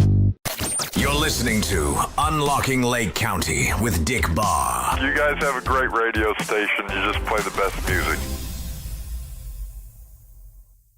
Support for Unlocking Lake County comes from the Sly Marinka team at Cross Country Mortgage, specializing in a range of mortgage solutions tailored to meet the needs of homebuyers and homeowners. With a focus on delivering efficient and knowledgeable service, the Sly Marinka team is dedicated to facilitating a smooth mortgage process. Their office is located at 532 Lake Street, Suite A in Antioch, Illinois. They can also be reached at sly@ccm.com or by phone at 847-722-1775. You're listening to Unlocking Lake County with Dick Barr. Unlocking Lake County. 98.3 The Life. It's the best station on the radio. Support for Unlocking Lake County comes from the Dick Barr Group at Village Realty, offering both residential and commercial real estate services across northeastern Illinois. Find us at our office located at 1915 East Grand Avenue in Lindenhurst, or visit us online at www.dickbarr.com. For a personal real estate experience, they can also be reached at 847-579-9736. At the Dick Barr Group, your property goals are their mission. You're listening to Unlocking Lake County Unlocking Lake County. with Dick Barr. 98.3 The Life. Support for Unlocking Lake County is provided by Fidelity National Title Insurance Company, offering title insurance and real estate services. With origins tracing back over 150 years, Fidelity National Title facilitates secure closing processes for buyers, sellers, and real estate professionals.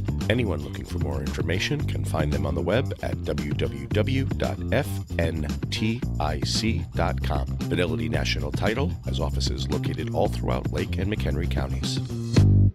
You're listening to Unlocking Lake County with Dick Barr. You guys have a great radio station. You just play the best music. Support for Unlocking Lake County is provided by Harder & Shotland Law Firm, offering legal services across various areas including criminal defense, real estate, family law, and more. Harder & Shotland is committed to addressing the legal needs of individuals and businesses with a focus on thorough and knowledgeable representation. Information on Harder & Shotland Law Firm can be found at hardershotland.com or by visiting their office at 625 West Rollins Road in Round Lake Beach. They can also be reached at 847-546-0022. You're listening to Unlocking Lake County with Dick Barr. Unlocking Lake County. 98.3 The Life. It's the best station on the radio. Support for Unlocking Lake County comes from the Sly Marinka team at Cross Country Mortgage, specializing in a range of mortgage solutions tailored to meet the needs of homebuyers and homeowners. With a focus on delivering efficient and knowledgeable service, the Sly Marinka team is dedicated to facilitating a smooth mortgage process. Their office is located at 532 Lake Street, Suite A in Antioch, Illinois. They can also be reached at sly@ccm.com or by phone at 847-722-1775. You're listening to Unlocking Lake County Unlocking Lake County. with Dick Barr. 98.3 The Life. Support for Unlocking Lake County comes from the Dick Barr Group at Village Realty, offering both residential and commercial real estate services across northeastern Illinois. Find us at our office.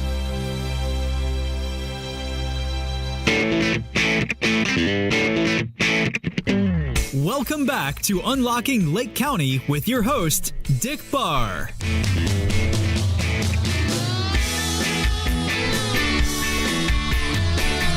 And we're back. This is Dick Barr, your host of Unlocking Lake County, here with Kristen Kaufman, Hello, everyone. Sly Marinka. Hello, hello. And our special guests in the studio today, Jim Walsh and Les Defner from the Gurnee American Legion. Hello.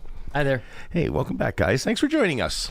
Thanks for having us. I don't know if you were listening to the songs during the break, but I did them in honor of you. First was America, Horse with No Name, and Always a then great song. there's American Tune by Paul Simon on that last one. So our subtle nod to There you go. You great guys over at the American Legion.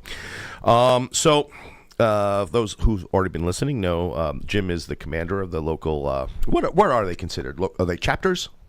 They're posts. Posts. So you have, what is it? Post, department, and, or did I skip one? Yeah, post, District then and department. district, then then division, then department. Department's at the state level. Got it. And then what? And the Fed is just the national The charter. the national charter. Yeah, and you guys are you have a congressional charter to operate, right? We do. Yeah, and your funding comes from. The members and anyone who is nice enough to donate to us and come to our fundraisers. If someone wanted to donate, how do they do? Is there a way? Is it all through fundraising, or can they go to a website if they wanted to donate? So actually, for how do I put it? Every December, I decide where I want my donations to go. Yep. And my company does a match. Oh. For certain ones, they have a list of them. They have to be 501c, and our American Legion is not, but the Sons of Gurnee American Legion is. So you can find them if your company does match, you can see if they're on there. You donate and the company donates for you. We also have the Friends of the Gurney American Legion, Friends. which Sorry, is Friends. It's incorporated as a true 501c3 organization that basically has become our fundraising arm for the regular Gurney American Legion. Oh, that's cool. Because we're not incorporated as a 501c3. And that's because of you guys do lobbying components, correct? Yes. Activities. Right, at the national level. Right. National level. You don't lobby locally? No. Oh, really? Not really.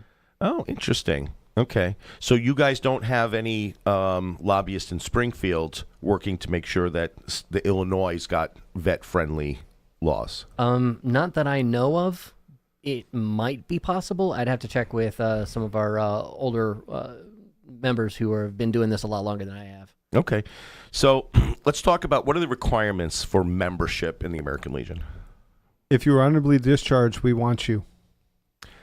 So you have to be a veteran. Yep, but that's it. Honorably, you need to have served in the military because technically I'm not a veteran. I thought a veteran was anyone with service. No, you are. A veteran's 20 years. No. I was separated. No. Okay, I always thought that there was a difference between putting in your full 20 and not putting in your full 20. Well, yeah, the difference is being a retired, you be a retired veteran versus fair enough. just a veteran. I did All right, I did there 6 you go. and So out. served. Okay, so served honorably. But you have to have an honorable discharge, and any time after the conclusion of World War II. For the better part of 60, 70 years, the majority of the Legion's history, Congress actually established certain windows of opportunity, windows of time, when if you served during that window, then you qualified to join the Legion.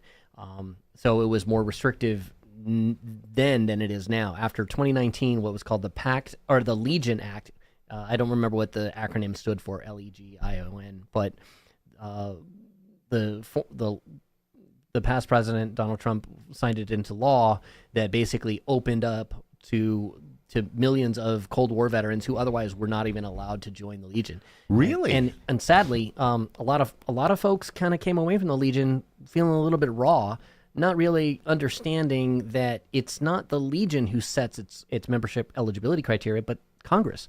It's federal law in the United States Code that establishes that. But after the Legion Act opened it up, somebody got through to Congress and said, hey, look, there are a lot of people who served honorably and faithfully and deserve to be a part of the Legion.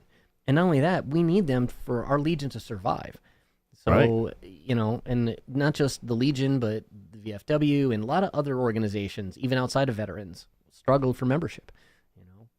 What would be one possible reason, put on your devil's advocate cap. Sure. Why would anyone oppose having a wide open membership available to any vet? A sense of exclusivity, I think.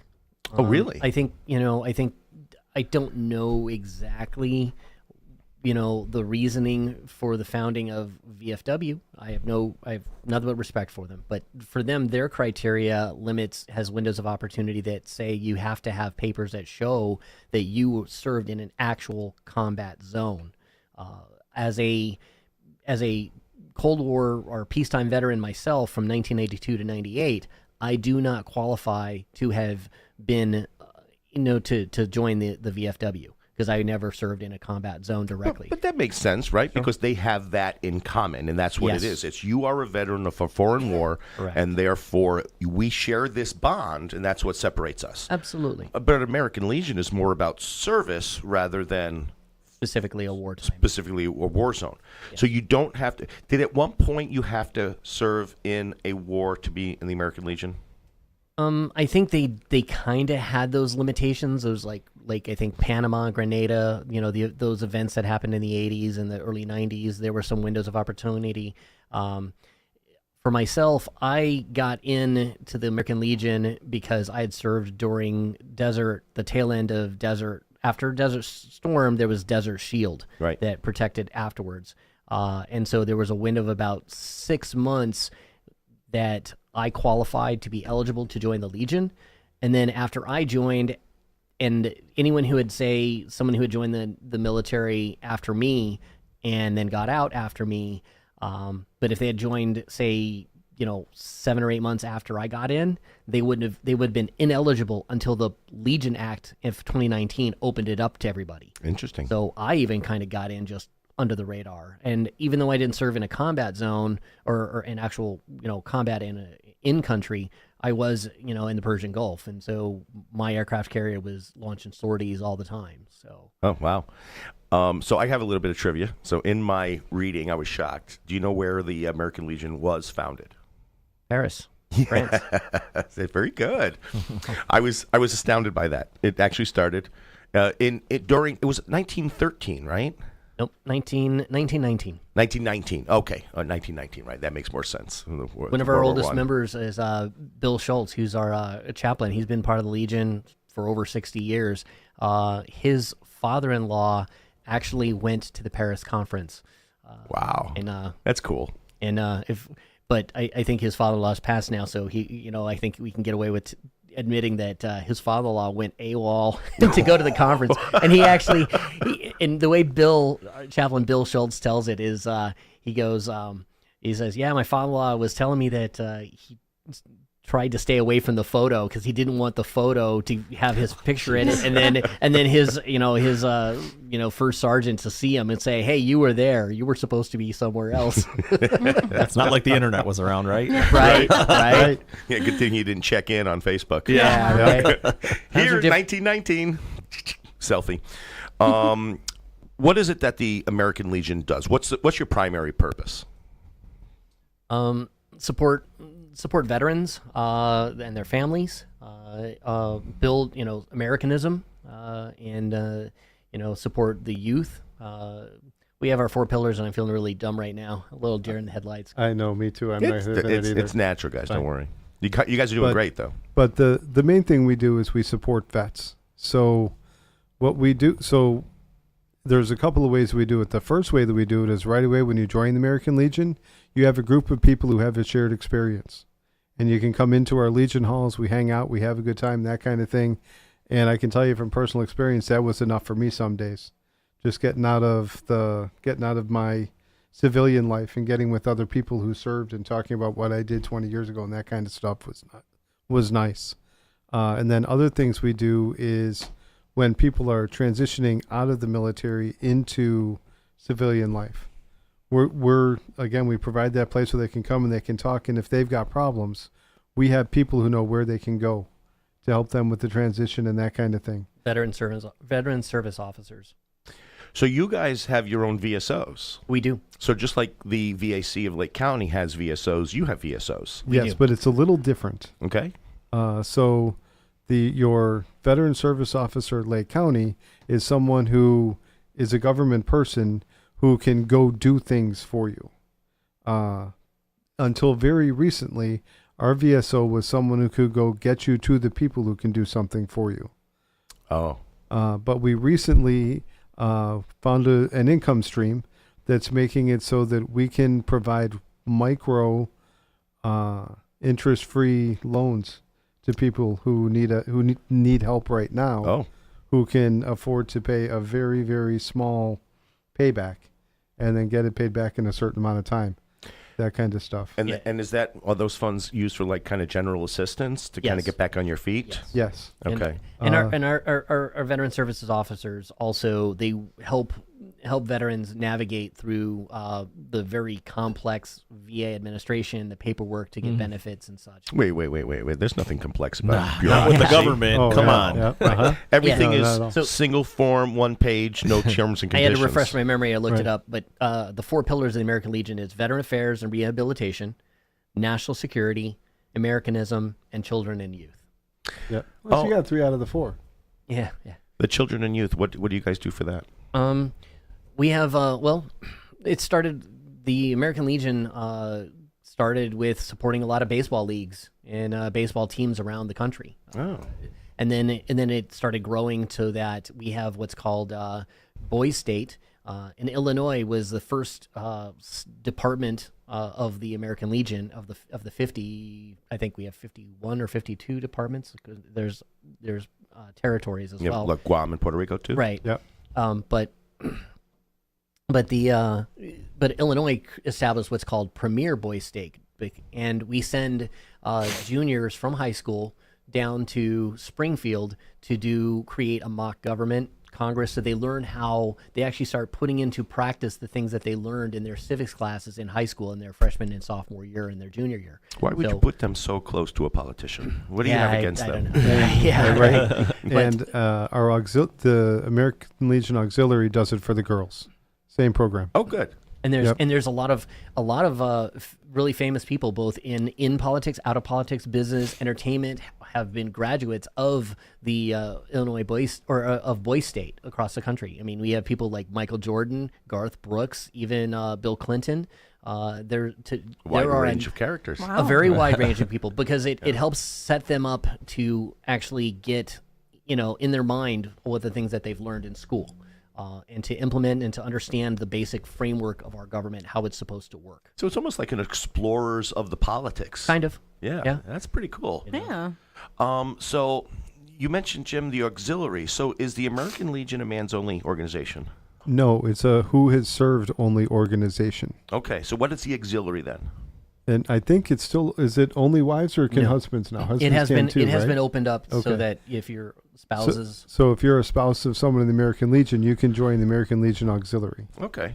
Now the Sons, though, is only a male-only organization. Okay. For some reason, there's no daughters. I don't know why they don't get to have one. the expectation was that they would join the auxiliary, and then somebody made a point, as the global war through the 90s and the global war on terror, somebody made a very legitimate point. They're like, hey, look, there are women who have served, whose husbands who never served, they were civilians. Where do they fit in? They should be part of this family. And so lobbies were made, and so the auxiliary has opened up. So it's no longer referred to as the women's auxiliary. It's just simply the auxiliary. Okay. So pretty cool. And I also know you guys do some work with the Boy Scouts. Is that right? We do. We do. Yeah. Most American Legion posts around the country, sponsor a Boy Scout troop.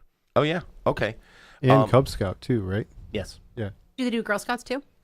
Not that I know of. I haven't heard of it. But I don't know that they necessarily need to sponsor the Girl Scouts. Right. They sell enough cookies. When I was a Boy Scout, we used to walk around town with those big Tom Watt boxes. Do you know what I'm talking about? These giant boxes of like junk, and you go around, you open it up like a peddler opening a sack. Oh, and okay. the people would order from your box. That's how we funded all of our They trips. get us for popcorn now at Jewel all the time. Oh, yeah. Here in Antioch. Yeah. The popcorn is good too. It's expensive. Yeah. $20 a bag. So do you guys sponsor like the local Gurney the Boy Scouts? We do. Yeah. We do. We sponsor a local Boy Scouts troop. I don't remember what troop number it is. I don't either. I know that our former commander, he's our scout person. Yeah. And he's the guy who would have all, but we're not him, so we don't know. Yeah. Interesting. Now, Boy Scouts have they nationally, they accept boys and girls, right? Yep. Now they do. Yeah. Okay. Oh, you talked about Americanism. What does that mean? Americanism is our way of life, our form of government, not necessarily political parties. It's very important to note that part of our charter from Congress is to be apolitical. We do not endorse candidates. And if we ever have a site that is open for a candidate to be there, we are required by law and our charter to be open to someone of the opposing side. I've seen, regrettably, occasionally you might have someone in a leadership position at a Legion go out and publicly try and endorse one candidate over another, one party over another. And it's to my chagrin, because it's not in the spirit of who we are or who we're supposed to be. I didn't join the Navy to protect one particular party or another. I did it because I cared about my country, my fellow Americans, and that's the spirit of our organization. One of the founding leaders was Theodore Roosevelt Jr., Teddy Roosevelt's son, who rose to the rank of general. And before he died of injuries and obtained at Normandy 20 years prior, he helped establish the American Legion. And he actually pushed for the idea that the American Legion wouldn't just be officers of the military, but also enlisted, and that people who had been former enlisted, even in the lowest of the low rank, could rise to a position of leadership within the organization of the American Legion as a veteran in their post-military career. Yeah, we in our preamble to our Constitution, we say that we fight against the autocracy of the classes and the masses both, and to make right what's right, the master of might. What's right should be in charge of what's might. Instead of vice versa. So we're very much about individual responsibility, individual freedom, the typical values that have always been espoused as American values that are the things that we like about America, that kind of thing. That's what we're for. Yeah, and that's what we try to promote. So we do things like scholarships for high school kids for going to college. We did $2,500 a few months ago for graduates of Warren Township. Yep, and then we do the Boys State and that kind of stuff.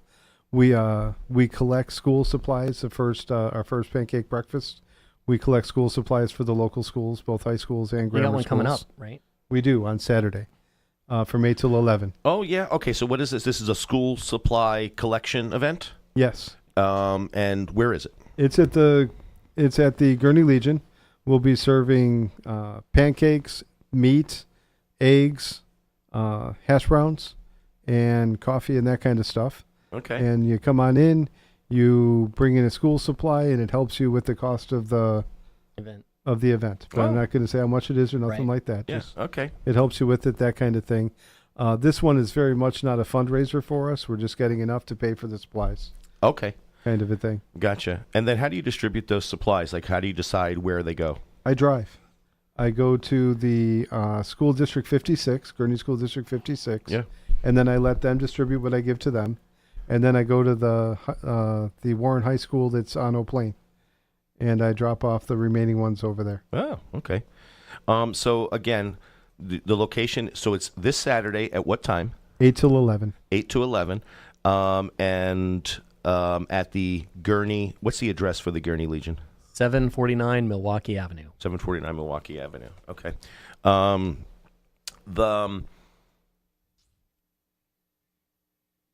I had a question for you, and it just blanked on it. Never mind. You hate that? Is there so people can buy tickets to this, right? Can they buy them online or in advance, or they have to buy them at the door? At the door. At the door. Okay. Well, guys, I appreciate that. Now I want to go back into a little bit about your service. So Les, you said you were Navy, right? I was. And you were boot camped here at the Great Lakes? Yep, Great Lakes. Are you from this area originally? No, I grew up in Reno, Nevada. You were talking earlier about heat. I like heat, but I like dry heat. Yeah. The humidity, I'm not too keen on. But my wife's family's here, and this is where I planted my roots. So. And did you meet her when you were stationed here? No, I had been out of the Navy for about 7 years. Oh, okay. So you were stationed here. Where'd you go after here? Went to San Diego for my first ship, the Constellation aircraft carrier, and then I was there for a little over a year. Then I went to a school, a secondary technical school, and then I went to my final and last duty station, which was a carrier out of Japan. And if I remember the dates you gave, you said 92 to 98, so you were in for 6 years. Yep. Why didn't you stay in towards retirement? At the time, I had some things going on in my personal life. I got involved with the church organization, church ministry, and at the time I felt like I needed to leave the military to pursue that avenue of my life, which that came to an end in 2005 for reasons I won't get into. But yeah. But then I moved up here and settled here. Yeah. And you work in lighting now, right? I do. Yeah. Okay.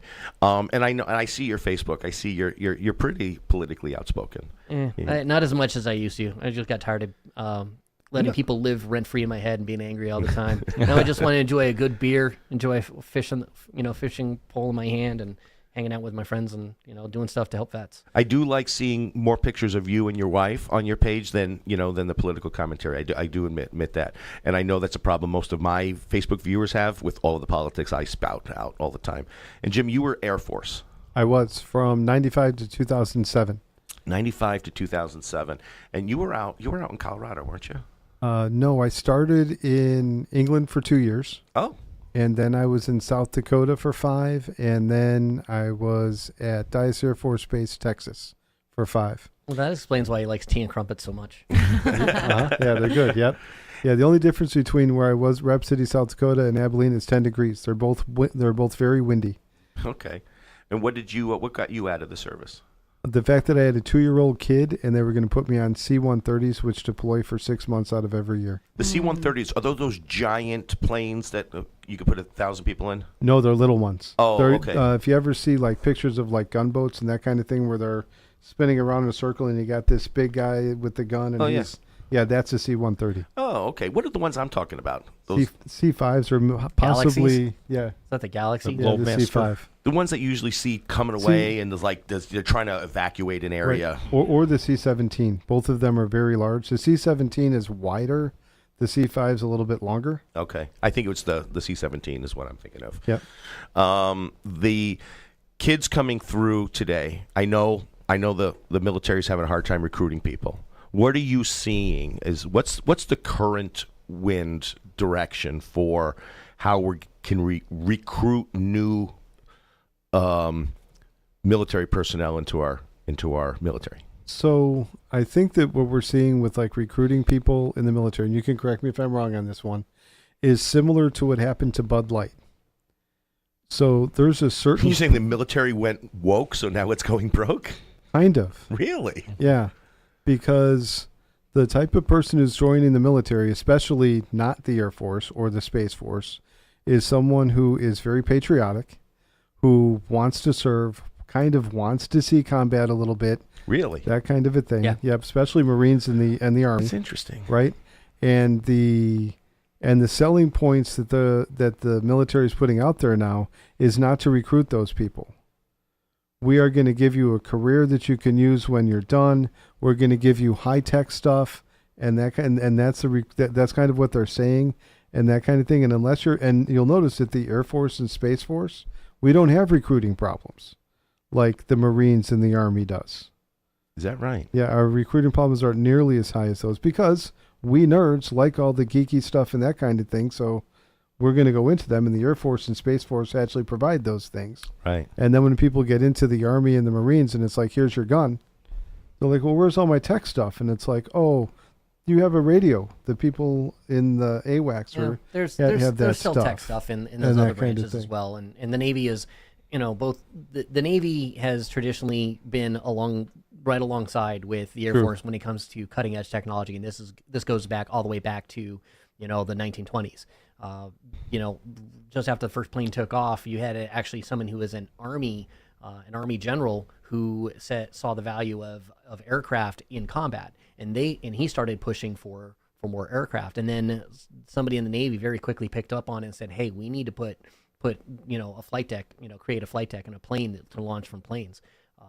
So in technology, the Navy's right up there as well, but we've also had some recruiting shortfalls and difficulties, and it's exactly as you said. A lot of it is, but people are also losing a lot of faith in their government institutions. That's true. They saw what happened, and we got bogged down for over 20 years in the Middle East, in Afghanistan and Iraq. Yeah. And people, they're like, I don't want to join this, and only to go fight for something that doesn't end. There are people who have served who are like, you know what? It's not what it used to be, and I don't think I really want my son or daughter joining anymore. So they kind of steer people away from it. And there's a lot of... And that's huge because historically, serving in the military has been a legacy family thing. Sure. I'm third-generation Navy myself. It's been generational. Really? Yeah. And I've got over 20 cousins, aunts, and uncles who've served. Wow. Would you want your kid today? Yeah. Honestly, no. No. Especially when, in the Navy, I used to work on a gun system that was last line of defense. It was not about offense or killing people. It was about saving lives. And when I see photos coming back from the fleet of equipment that it's rusty and terribly neglected, it upsets me and it breaks my heart. But I also know that community that works on that gear, and I know how much pride they have.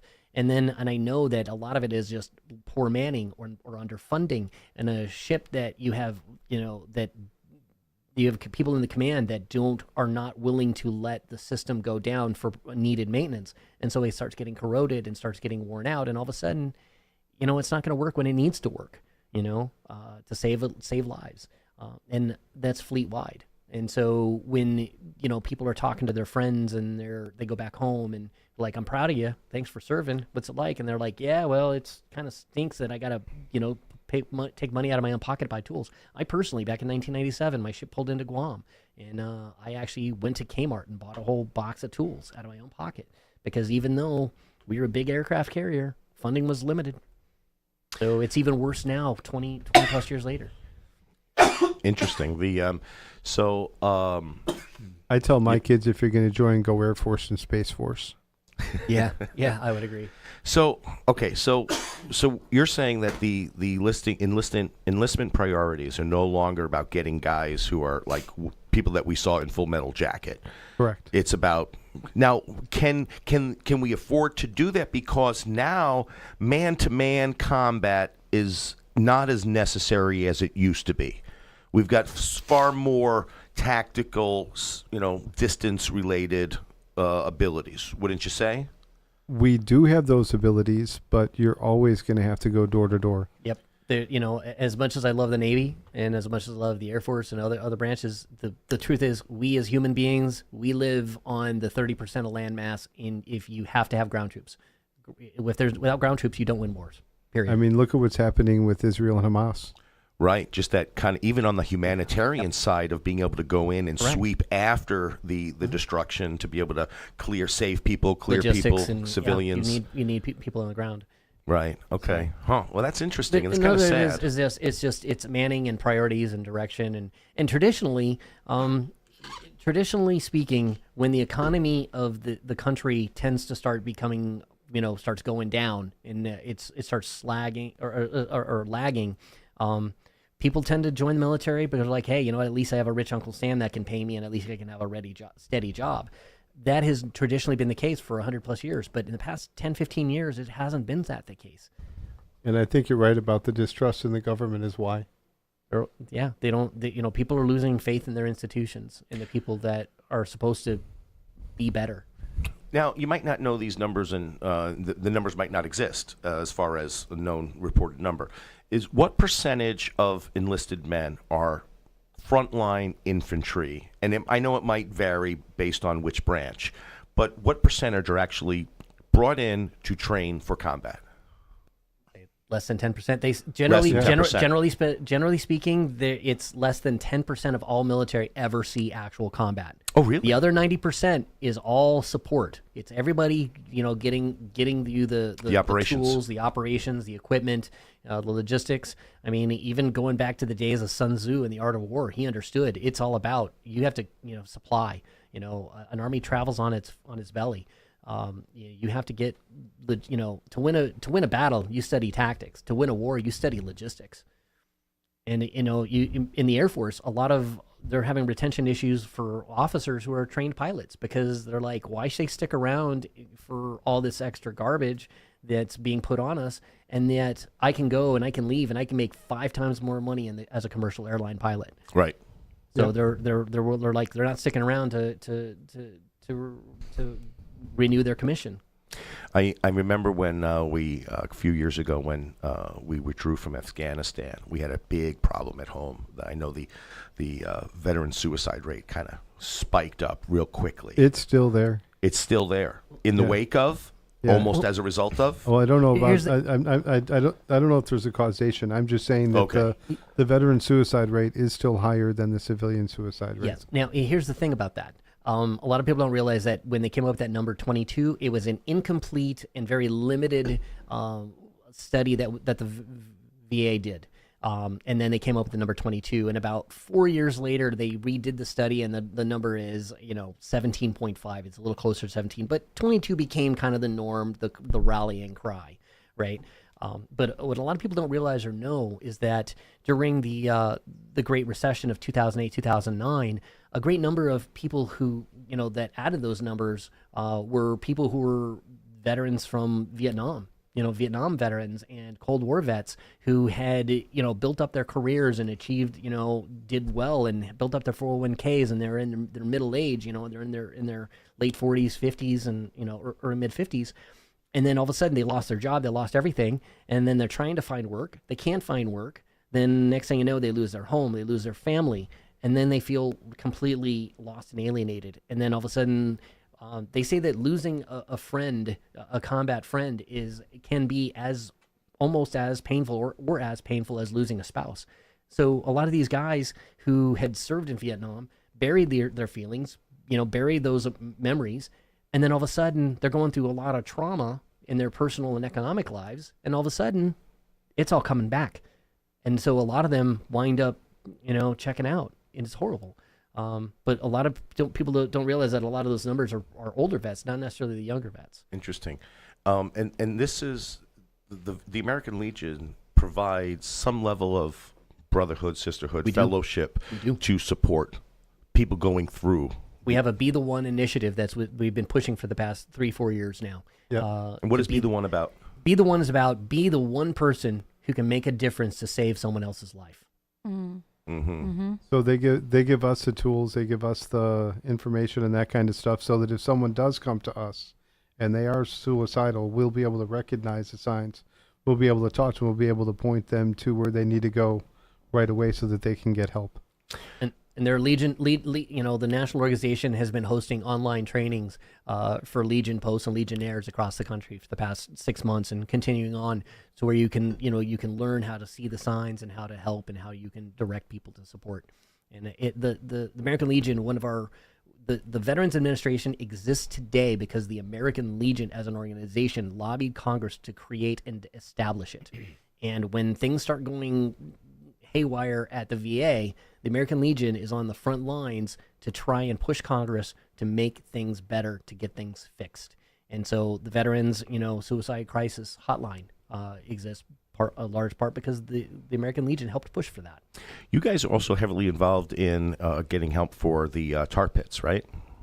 We were back in, yeah. That I'm not aware of. Yeah, I don't know. I don't know details, but I know that we were part of that. Yes. What about the Camp Lejeune water, stuff like that? I don't know. That I don't know. No. Okay. Now I know when I was in office at the county level, we were told that we had reached net zero veteran homeless population in Lake County. I know it's ticked up a little since then. Yeah. How much of a problem here at home is homelessness for vets? In my estimation, and this is just limited, I'm not official on anything, but from my experience and what I see, Lake County is actually pretty low numbers of veterans, because we do have some pretty good resources. And not just the American Legion, between the VFW, you have Lake County Response for Veterans, which that organization, they help veterans who have housing issues, such as a kitchen that needs to be remodeled. Maybe they need to put in a ramp for someone who's disabled.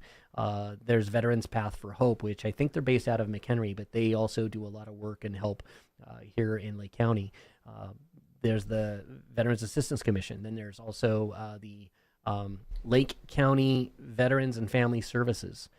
They also exist. We have Midwest they're out of Grays Lake. Midwest Veterans Closet out of North Chicago, where a lot of people are donating. Right now they've got Mary Carmenine runs that, right? Yeah, she's fantastic. She's amazing. Mary Carmenine is fantastic. They're trying to they have a building fund. I think they're only about a third, maybe a quarter of the way up there to build up that. And so if veterans can go there, I think at least once a month and get some free groceries for the ones who need that help. And supplies. And supplies. Clothes, that kind of thing. And wouldn't you agree that vets probably are the proudest subgroup of the population, most least likely to admit that they need help? Oh, absolutely. Right? Absolutely. And to be able to do that, it's hard to get them to admit they need help, and then harder to get them to actually go and get the help. And I remember Andrew Tangent, who's the superintendent of the Veterans Assistance Commission of Lake County, one of his big fights was, we don't have enough to even answer all the calls for the veterans calling for help, but not only do we need more to answer those calls, but we need even more than that to proactively, affirmatively go out into the public to identify the people who need help but refuse to ask for it. Yes. Absolutely.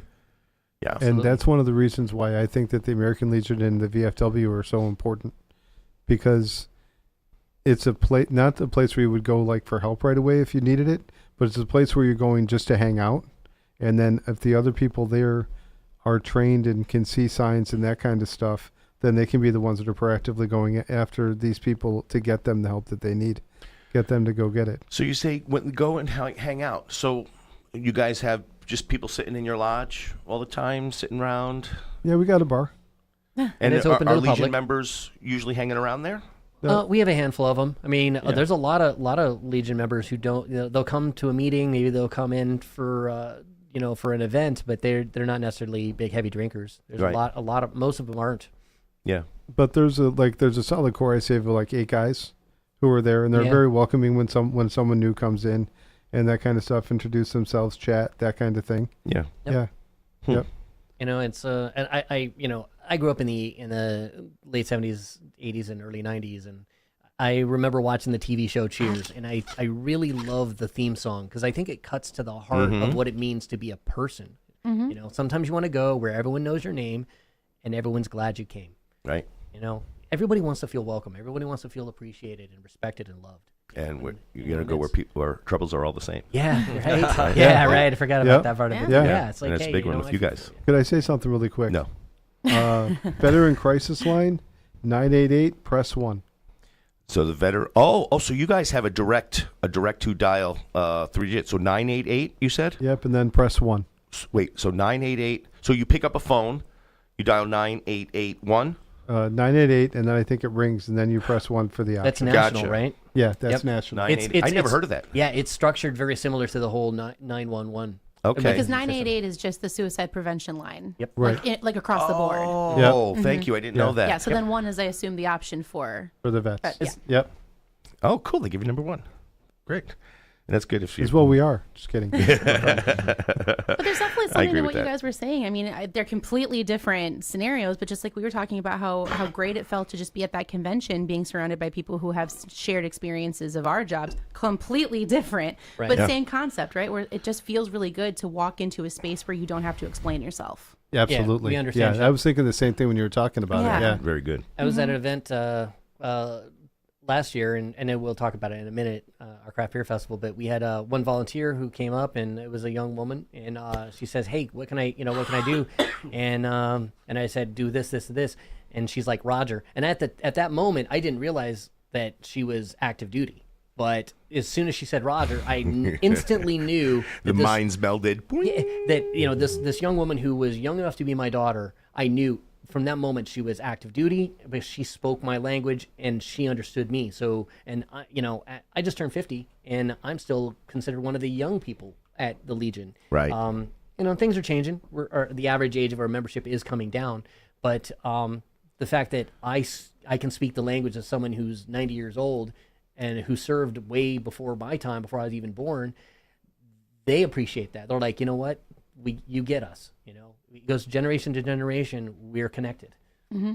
Yeah, there's no question, and it's good to have that. It's good to have that ability to quickly recognize, and you need this in battle too. Who's your friends? Right. Yeah. Right. Who's there? Who's got you? Yep. A very important part of military service is that discipline and that being able to trust without question those around you. And that's one thing that's always I found interesting is that as the generations come and go, each generation starts adding to the vernacular and the lingo and the jargon. After the global war on terror took place, and over the past 20 years, the phrase "I got your six" became part of our lexicon. Where it's if you think of a clock, you're walking behind someone, you're on their 6. Mm-hmm. Someone who's ahead of you is on your 12. Someone to your right is on your 3. To say to someone, "I got your 6," is to say, "I've got your back. Don't worry, I'm here to cover you." Mm-hmm. It's just a shorthand way of reassuring someone, "Hey, you're not alone. We're here for you." Yeah, the American Legion is here for you. If you're a veteran, we would love for all vets to join the American Legion, especially our post in Gurnee. But if you live in Round Lake, certainly check out your Legion there. If you live in Grays Lake, if you live in Antioch, wherever, be a part of it. Because you still have more to give, even if you don't think you do. I was going to say, it's also as much about giving as it is getting. Yes. Like we've talked a lot about what the American Legion can do for you, but a lot of what the American Legion does is the individual members of the American Legion taking care of each other. The way that I got involved with the Legion is because I saw an advertisement, a flyer for a pancake breakfast. And so I showed up at 8 o'clock and I said, do you need any help? And they're like, sure. And I went worked in the kitchen. And then Tony Gildner, who was the junior vice at the time, he says, you're going to come back? I said, sure. And a year later, the jerk made me junior vice so I could run the pancake breakfast. Look at you now. Now you're commander. I've just got to say, listening to the two of you talk about this with so much passion is really cool. So, Jim, you've been on our show before, so you can attest to this. I'm usually a very chatty Kathy, and I love interjecting. And I have not wanted to once this entire time because the way that you guys speak with so much passion and obviously intelligence too, but you can tell that you really love what you do, and I just think that's really cool. I'd like to think that my grandfather passed away just months after I had joined the Legion, so I didn't get, he never got a chance to see me be involved with the Legion as the way I do. And I'd like to think that he's looking down on me and he's proud of my efforts. Yeah, for sure. He was Navy, and then he joined, and then he fought in World War II, and then my dad joined, and he was stuck on a boat in the middle of the Mediterranean during the Vietnam era. But third generation Navy, I like to think that it takes a family to protect a nation. Yeah. It really does. It takes a selfless family to protect the nation, and we really appreciate your sacrifice and your service. You mentioned a craft beer fest, Les. Yes. What's going on with that? So Jim had said that he got involved with the Legion because he saw a flyer for pancake breakfast. You saw it for beer? You know what? Kind of. He did. I didn't. I had joined the Legion in 2013, and then somewhere around 2016, someone calls up and says, hey, we've got a craft beer festival. We need volunteers. Would you like to volunteer? And I said, sure. Do I get to drink beer? And he said, yes. And so I did. And then I definitely did. And I found a couple really good beers. One called a Beta out of Louisiana. But then, and then I volunteered for 3 years in a row, 16, 17, and 18. And then 19, the Village of Gurnee decided to, divest itself from managing and operating it, hand it off to someone else. And that just got canceled. It just didn't work out that year. COVID hit, lost 2 years. Now, during the time, COVID hit, and somewhere in that time frame, I got more involved. I became part of the honor guard. And then they said, hey, you want to be Sergeant at Arms? Sure, okay. And then they put me in something else called our home board, which manages the fiduciary responsibility of the building. And then it started rising in leadership. And then in 2022, a bunch of us were talking. We're like, hey, we need to find another revenue stream. We need to bring that craft beer festival back. But instead of relying on an outside source, we'll just try and manage it and do it ourselves. And it was a huge learning curve. Still is. It is. So in 2022, that was, we brought it back, 2023, and then 2024. And so this is our 7th year doing it. We had a hiatus of a couple years. But since I have been part of the committee and one of the co-chairs, there's kind of a commitment to, all of our beers are locally brewed, either in Lake County or Illinois. We, as great as beers can be from other states, there's enough of a craft beer industry here in Illinois that we need to drink local, support local. And if you don't know someone who works at a craft beer brewery, you know somebody who does. These are our friends, our family, our neighbors. And so it's looking for the win-win, right? And it's not just about the beer, though. It's also to raise money for veterans, their families, and the community, because we do more. I mean, our post recently took a vote and approved for to make a donation to a safe place, which is for those who don't know, are victims of domestic abuse. So the Legion does so much more than just care about veterans. But this craft beer festival is a fundraiser for that. So proceeds of ticket sales go to that, and then whatever we bring in through sponsorship, it helps cover our overhead. When is the festival this year? It is September 14th, and it is from noon to 4. And where is it at? At the Legion again. At the Legion as well? Is it outdoors or indoors? It's outside. It is outside? Yep. Oh, good. And it was a blast last year. The music was fantastic, but I'm a classic rock guy. Yeah, so it was good. Yeah, Big Brothers Vinyl. If you all are listening, we love your work. Absolutely. And how can people, if they wanted to, how could they buy tickets? Go to GurneyLegionsofBeer.com. Gurney Legions, plural? Yes. Of Correct. beer.com. Plural, yes. So Gurney Legions of Beer.com if they want to look into the event and if they want to buy tickets. And all of that money goes to support the work of the American Legion. Correct. Yes. And you have to have a ticket. You can't buy it the day of. You can. You can. You can buy it the day of as At the well. gate. Okay. Yeah. Cool. We can't say the prices, but we can say that they will go up on the day of. Yep. Okay. Well, that's good to know. So there's a benefit for them to book it early. One thing that's kind of neat, that. I think another thing that sets our festival apart from other festivals, and I'm not saying anything's better or worse, just different. One thing that what we do is we have a raffle for beer steins. So imagine you get your ticket, you go, you try, and you taste stuff, and you find something that you like a lot, and then you win a raffle, win one of the beer steins, and then roll a month, 2 months later, your team is doing great on a Sunday afternoon, and you want to celebrate. Well, hey, you got a beer stein to carry this brand new beer that you love from a local brewery. Or the other side, if your team doesn't do well, you're like, hey, I just need to forget. I'm good at that part when I get some of the drinking. Hey, guys, I want to thank you so much for being here. I really appreciate you sticking with us for the entire 2-hour show. It's enlightening, educational, and love the work that you guys do. Please keep doing it. One question. I know, Les, I used to be a sponsor of that beer fest, but you haven't come around to ask what happened. One of our committee chairs, he's primarily responsible for getting sponsorships, and he had some other connections within the industry for realty and mortgage and such. So they're looking for exclusivity? And they were more local. Yeah, right. Okay, cool. I was glad I was able to help when I did. Absolutely. We were too. You helped us get back off the ground. Yeah. So thank you. No, it was my pleasure. I was just curious.